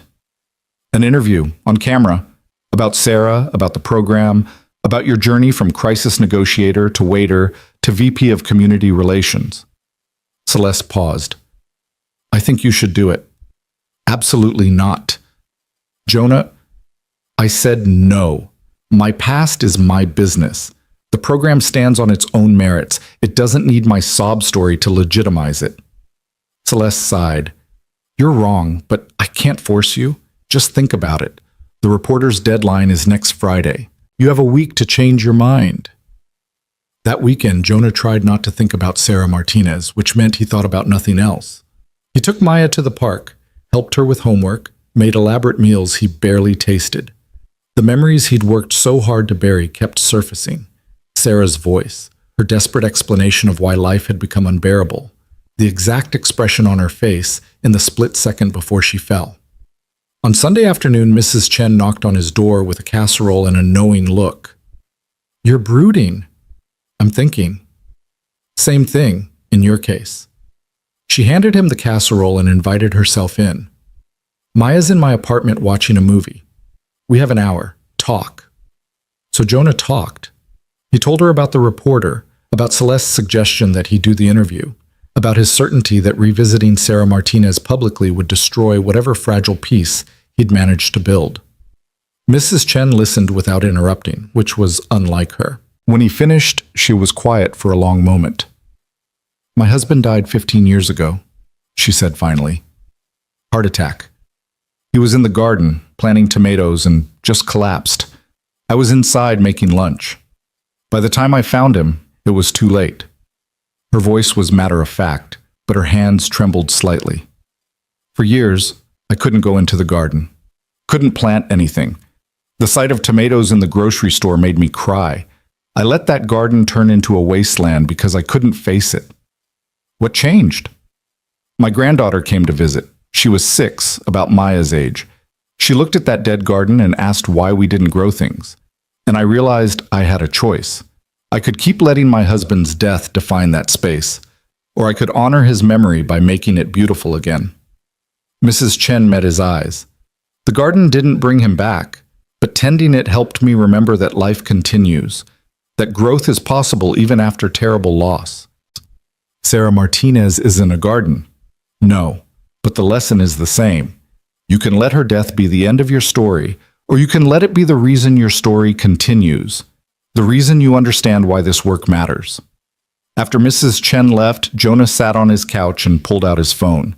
He'd saved one article about Sarah Martinez, the only one he could bear to look at. It was from a small community blog, written by Sarah's friend. It talked about her art, her kindness, her struggles with mental illness, her determination to get better. It talked about how she'd helped other people in her support group, how she'd volunteered at an animal shelter, how she'd made people laugh even when she was barely holding herself together. The article ended with a quote from Sarah's mother. My daughter was more than her worst moment. I hope people remember that. Jonah had read those words dozens of times, always hearing them as an accusation. But maybe they weren't. Maybe Sarah's mother was simply asking the world to see her daughter completely, to understand that one tragic moment didn't erase years of beauty and struggle and hope. Maybe he needed to extend the same grace to himself. On Monday morning, Jonah walked into Celeste's office before she'd even finished her first coffee. I'll do the interview, he said. But on my terms. I talk about Sarah, about what happened, about what I learned, and then I talk about why that makes me better at this job, not worse. Why understanding failure is essential to preventing it. Celeste smiled. I'll call the reporter.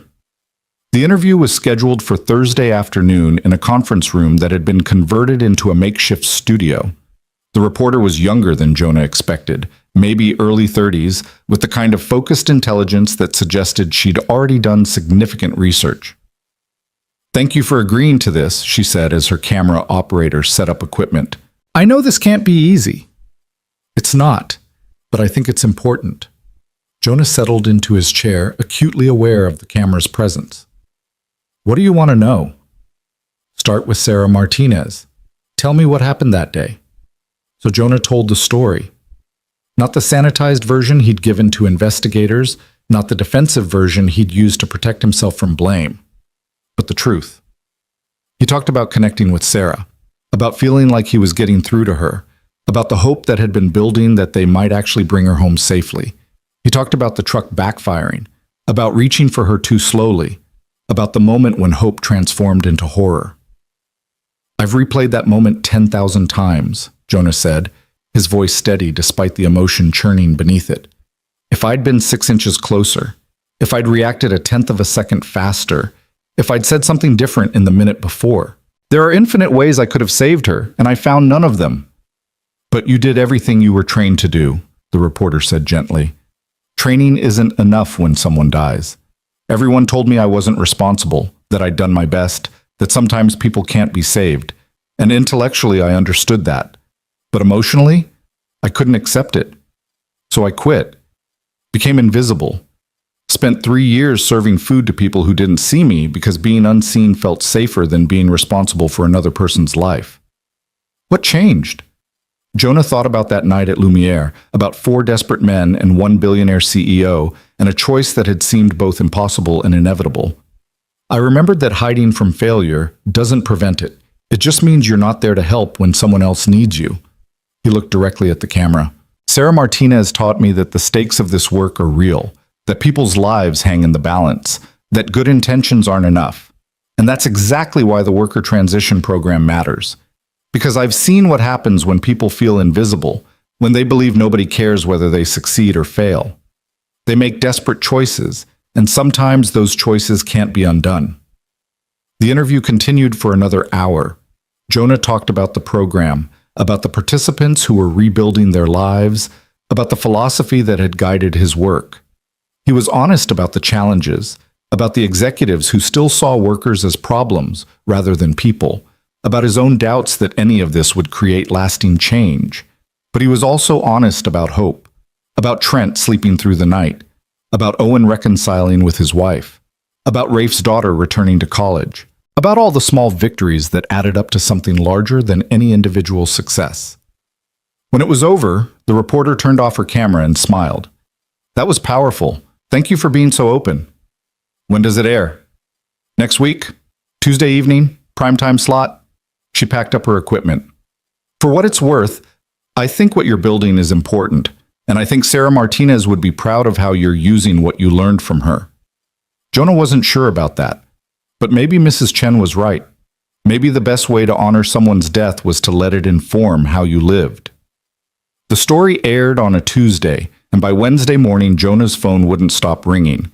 Some calls were supportive, former colleagues from the police department, program participants, people who'd lost loved ones to suicide and found meaning in his honesty about failure. Other calls were critical, people who thought he'd abandoned his duty when he quit the force, people who saw the worker transition program as corporate propaganda, people who simply wanted someone to blame for their own frustrations.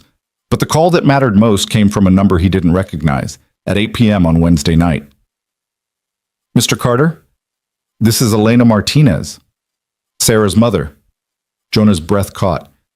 Ms. Martinez, I saw your interview. I wanted to thank you. Thank me?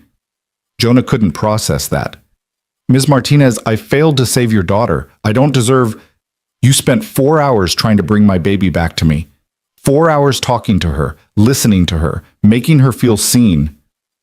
Elena's voice broke slightly. After she died, I was so angry. I needed someone to blame, and you were there. But watching you talk about Sarah, seeing how much her death still hurts you, how it changed your whole life, I realized you loved her too, in that moment. You cared about saving her, about making her believe life was worth living, and that matters. Tears were streaming down Jonah's face. I'm so sorry I couldn't. I know. I'm sorry too. Sorry I screamed at you. Sorry I blamed you. Sorry I couldn't see that you were hurting as much as I was. Elena took a shaky breath.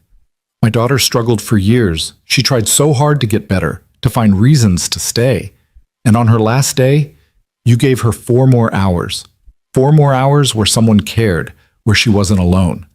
That's not nothing, Mr. Carter. That's everything you could have given her. After they hung up, Jonah sat in the darkness of his living room and cried harder than he had since the day Sarah died. Not because the guilt was gone, it would never be fully gone, but because for the first time he could see past it to something else, to the possibility that he'd done his best, to the understanding that some people carried burdens too heavy for any one person to lift, to the grace of knowing that Sarah's mother had found a way to forgive him. Maybe that meant he could start forgiving himself. The call from Elena Martinez changed something fundamental in Jonah. Not overnight, Healing never worked that way, but gradually, like ice melting under steady sunlight. He'd carried Sarah's death as proof of his unworthiness, evidence that he shouldn't be trusted with responsibility for other people's lives. But Elena's forgiveness suggested a different interpretation.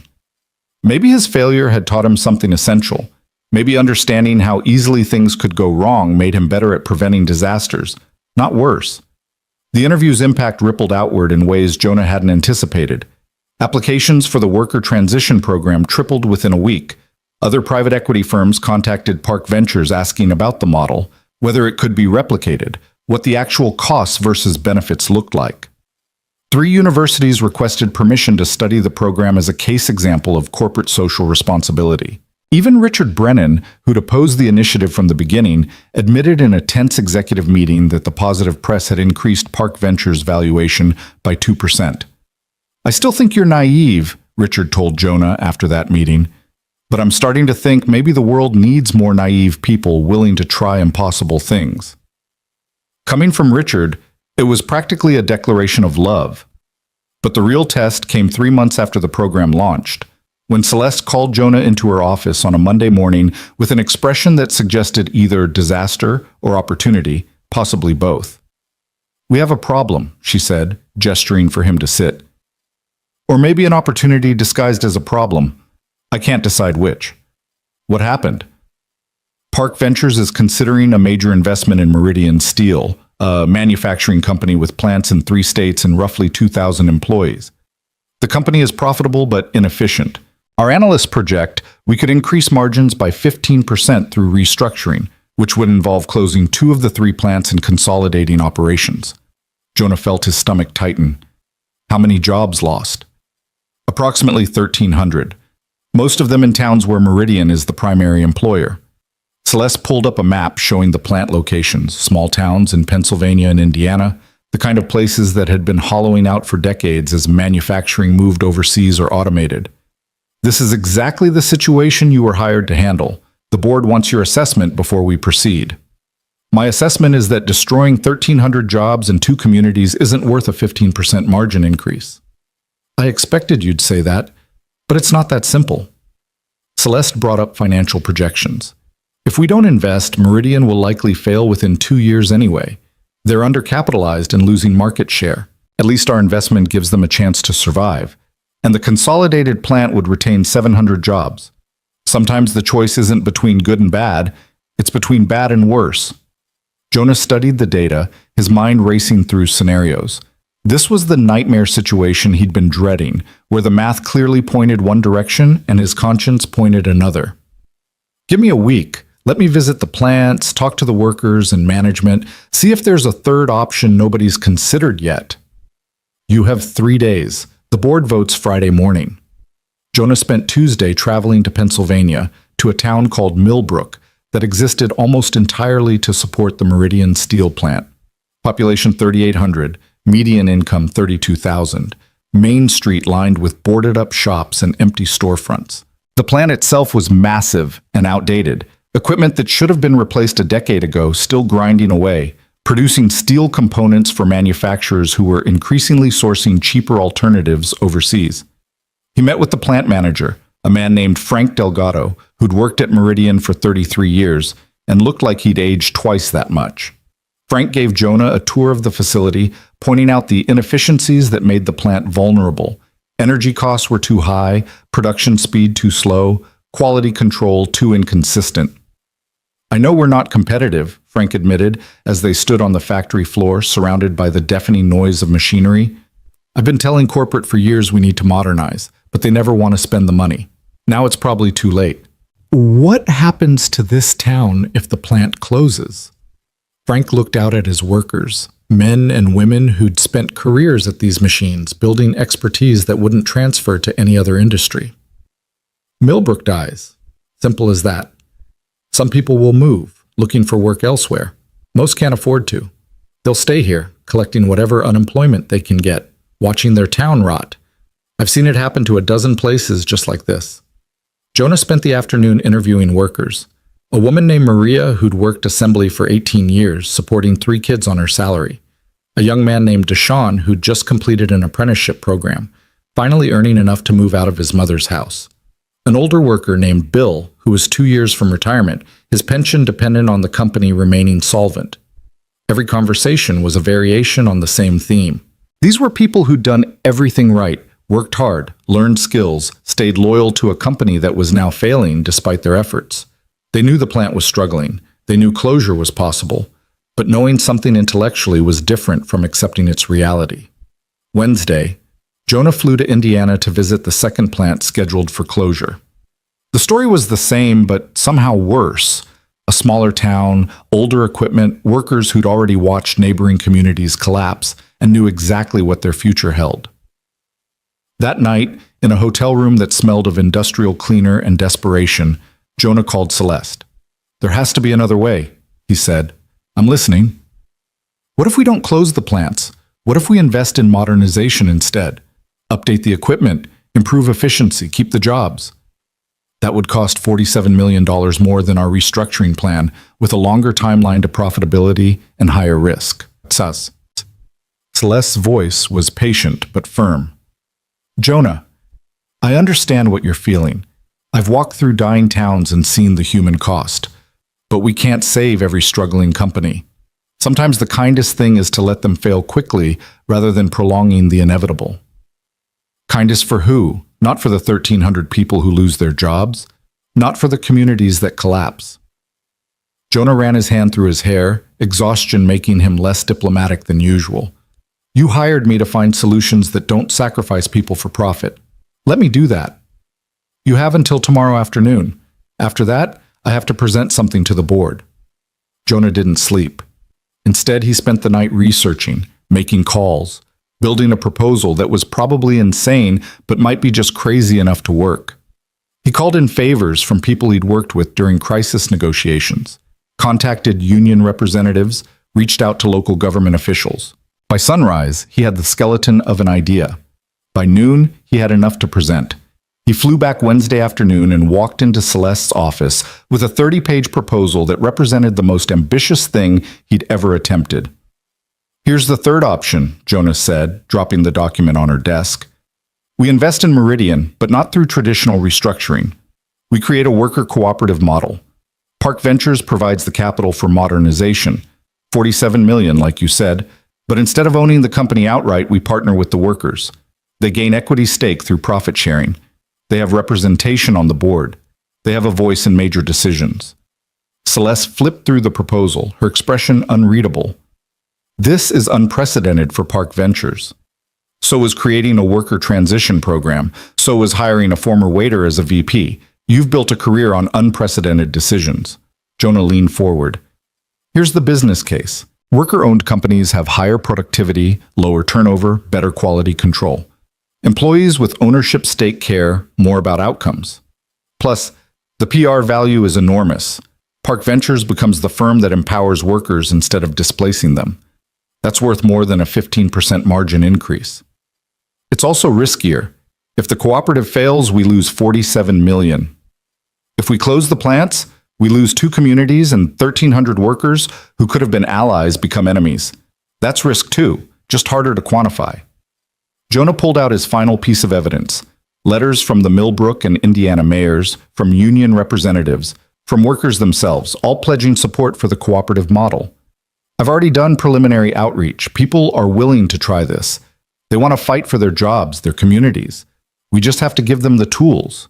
Celeste was quiet for a long time, reading through the proposal, checking the financial projections, weighing risks against potential rewards. Finally, she looked up. "This could destroy both of us if it fails. The board will think we've lost our minds. Richard will have ammunition for months. Every decision we make will be questioned."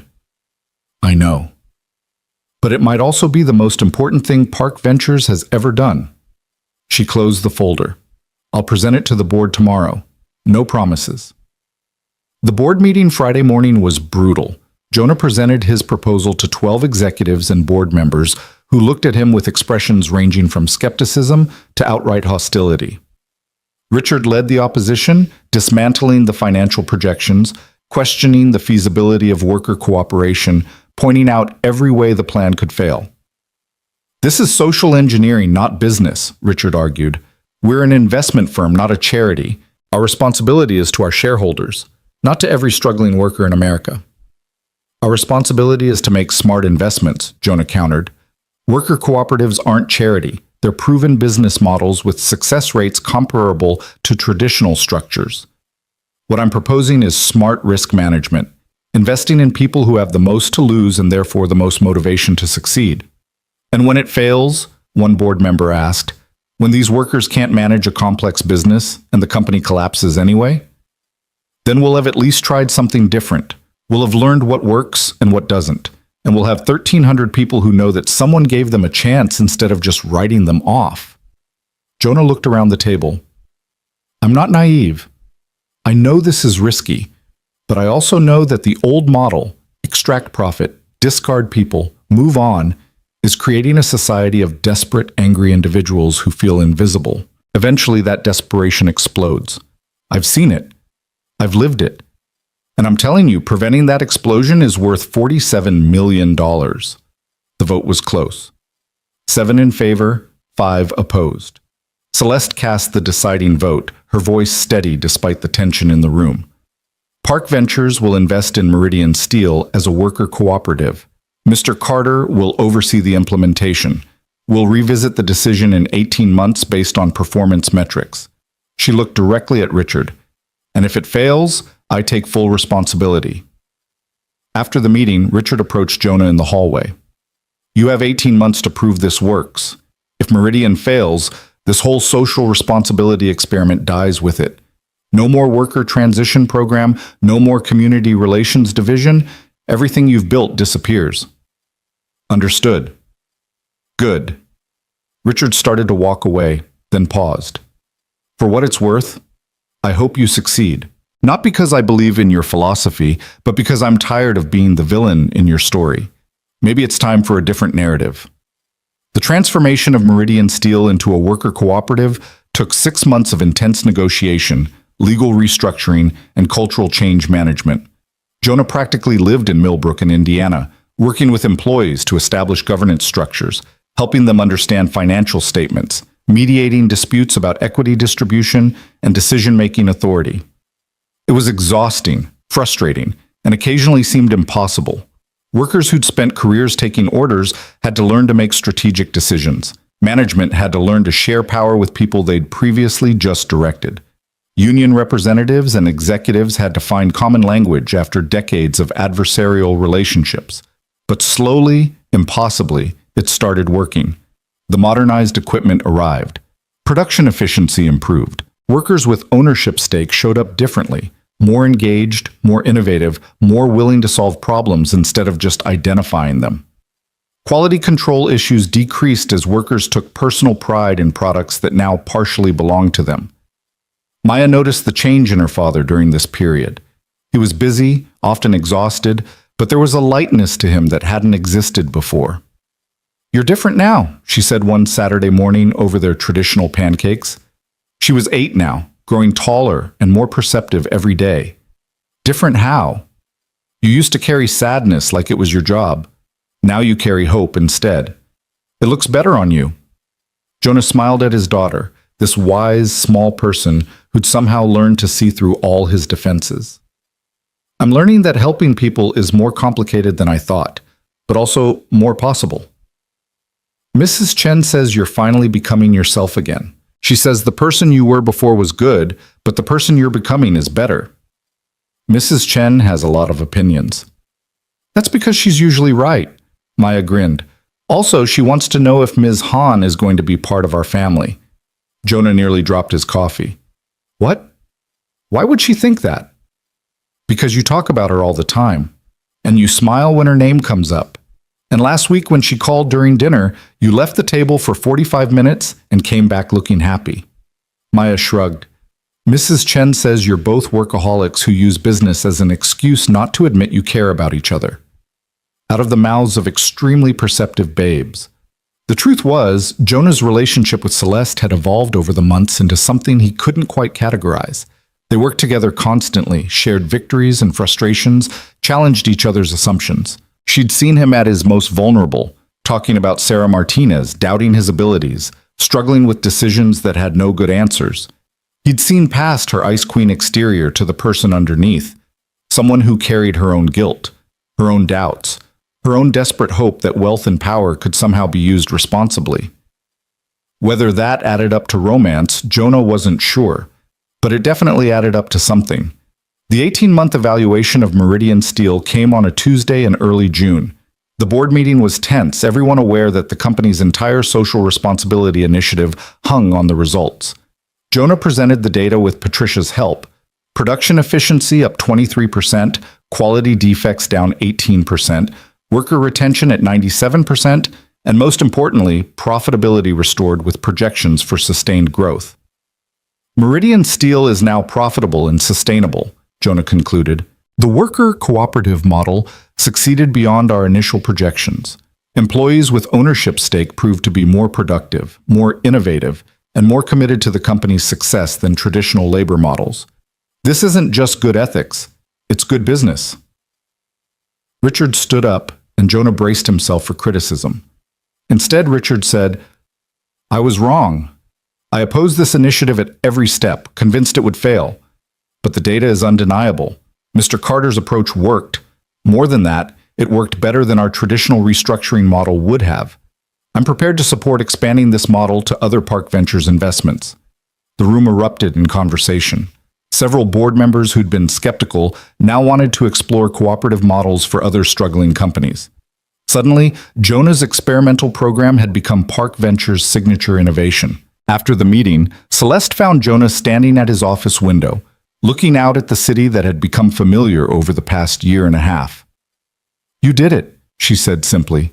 "We did it. I couldn't have done any of this without you backing me. I provided support. You provided vision." Celeste moved to stand beside him. "I have a question, and I need you to be honest."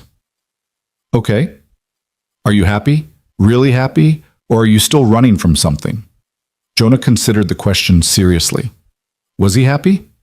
He had meaningful work, financial security, respect from colleagues who doubted him. He was helping people, preventing crises, building systems that actually functioned. Maya was thriving. He slept through most nights without nightmares about Sarah Martinez. "I'm not running anymore," he said finally. "I'm not sure I've completely arrived at wherever I'm going, but I'm definitely moving forward instead of hiding." "Good. Because I have another proposition for you.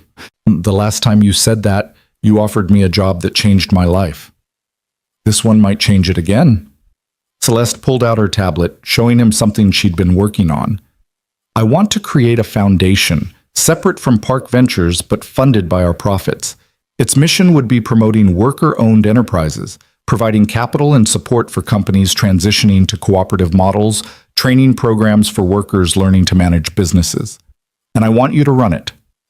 Jonah stared at the proposal. It was ambitious, almost absurdly so. It would mean leaving Park Ventures, starting something entirely new, taking risks that made the Meridian Steel project look cautious by comparison. It was also exactly what the world needed. Why me? Because you understand something most people in this industry don't, that businesses are made of people, that people matter more than spreadsheets, that preventing human tragedy is worth the investment even when the returns aren't immediately quantifiable. Celeste met his eyes. "Also because I trust you, and trust is the rarest commodity in this world. I need to think about it, talk to Maya, figure out what this means for our life. Take your time. But Jonah?" Celeste smiled, and it transformed her face into something warm and open. "You've already changed Park Ventures. Now you have the chance to change the whole system. Don't let fear stop you from taking it." That night, Jonah sat down with Maya and explained the opportunity, trying to make it simple enough for an 8-year-old to understand while respecting her intelligence enough not to talk down to her. "So you'd be helping even more people?" Maya asked when he finished. "That's the idea. But it would mean even longer hours sometimes, more travel, more uncertainty about whether it will work."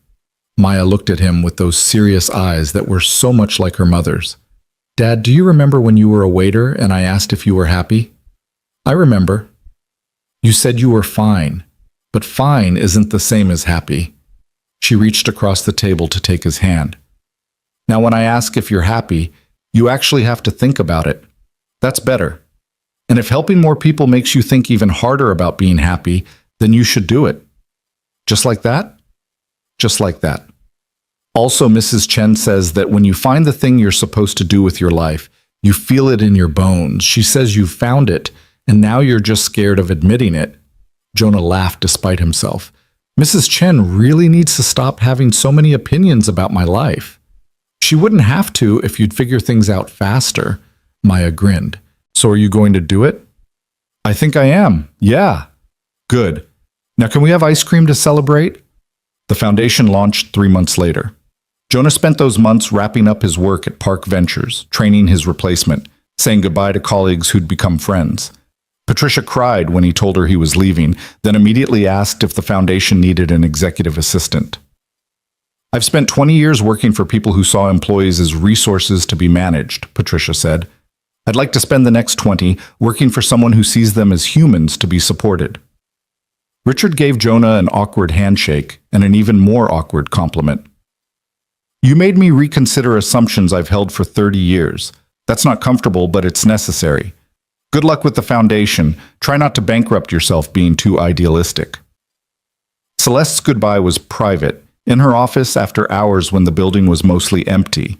They'd worked so closely for so long that the prospect of not seeing each other daily felt strange, almost painful. I'm going to miss fighting with you about whether people matter more than profit margins, Celeste said. You're going to miss losing those fights, you mean? I never lost. I just occasionally reconsidered my position. She smiled. What happens now? I build the foundation. You continue evolving Park Ventures. We change the world from different angles. That's the professional answer. I meant personally.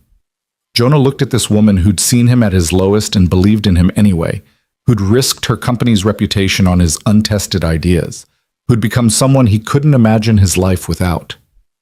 Honestly, I don't know. I spent 3 years hiding from connection because I was afraid of failing people. Now I'm finally learning that connection is worth the risk. He stepped closer. So maybe we figure it out together, slowly, without any grand plans or certainty about where it's going. I can work with that. Celeste closed the distance between them, and when she kissed him, it felt like the final piece of something clicking into place. The foundation's first project was supporting 3 manufacturing plants in the Midwest transitioning to worker cooperatives. Jonah threw himself into the work with the same intensity he'd brought to crisis negotiation years ago, but now without the crushing weight of believing every failure would destroy him. He learned to accept that some projects would succeed while others struggled, that helping people was messy and complicated and couldn't always be measured in neat metrics. 6 months after the foundation launched, Jonah received an invitation to speak at a national conference on worker ownership. He almost declined. Public speaking still made him uncomfortable. Visibility still felt dangerous. But Maya talked him into it. You have to tell people what you learned, she insisted. Otherwise, they'll keep making the same mistakes and nobody will know there's a better way. So Jonah stood on a stage in front of 300 people and told his story. Not just the triumphant parts, the successful programs, the lives changed, the community saved, but the failures too. He talked about Sarah Martinez, about how her death had nearly destroyed him, but ultimately taught him something essential about the stakes of their work. He talked about the projects that hadn't succeeded, the workers he couldn't help, the situations where the cooperative model failed despite everyone's best efforts. The point isn't that we can save everyone, Jonah concluded. The point is that we have to try, because the alternative, accepting that some people are expendable, that profit matters more than dignity, that the best we can do is manage casualties. That alternative creates the kind of world where desperate people make desperate choices. And I've spent enough time talking people down from bridges to know that desperation is preventable. It's expensive and complicated and requires us to care about people we'll never meet. But it's preventable. The standing ovation surprised him. So did the dozens of people who approached afterward wanting to learn more, wanting to start their own programs, wanting to be part of building something better. A movement was growing, Jonah realized. He wasn't alone in believing that business could be done differently. 2 years after leaving Park Ventures, Jonah sat in his foundation office, smaller than his corporate office had been, but with better artwork courtesy of Maya's drawing talents. and reflected on how far he'd traveled from that night at Lumiere. The scared, hidden version of himself seemed like a different person now. He'd become someone visible, someone responsible, someone who accepted that he couldn't save everyone but refused to stop trying. His phone buzzed. A text from Trent Holloway, who'd completed the worker transition program and now worked as a supervisor at a Park Ventures manufacturing company, training new hires and serving on the company's worker advisory board. Just wanted to say thanks. Again. My daughter graduated college today. Wouldn't have happened without you giving us that second chance. You changed my whole family's story. Then a text from Maya, even though she was just in the next room doing homework. Mrs. Chen wants to know if you're bringing Miss Han to dinner tonight. Also, she made too much food again and needs help eating it. Then finally, a text from Celeste. Board meeting went well. We're expanding the cooperative model to 5 more companies. Richard almost smiled. Progress. Jonah looked at these messages, at the web of connections he'd built from a life that had once seemed completely broken. He thought about Sarah Martinez, who he still carried with him, but no longer as a weight, more as a reminder of why the work mattered. He thought about 4 angry men in a restaurant who could have destroyed lives but chose a different path. He thought about hundreds of workers who'd been told they were expendable and proved everyone wrong. But mostly, he thought about Maya's drawing that still hung on his office wall. The family of 3. 2 figures colored in completely now, a tall one and a small one standing together. And a 3rd figure, no longer just an outline but filled with color, smiling, connected. Someone else had shown up to fill that space.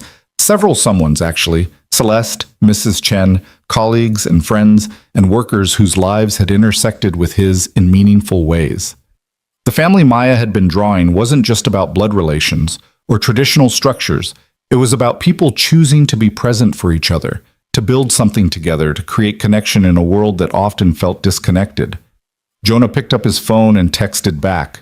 To Trent, congratulations to your daughter. You rebuilt your life. I just helped point the direction.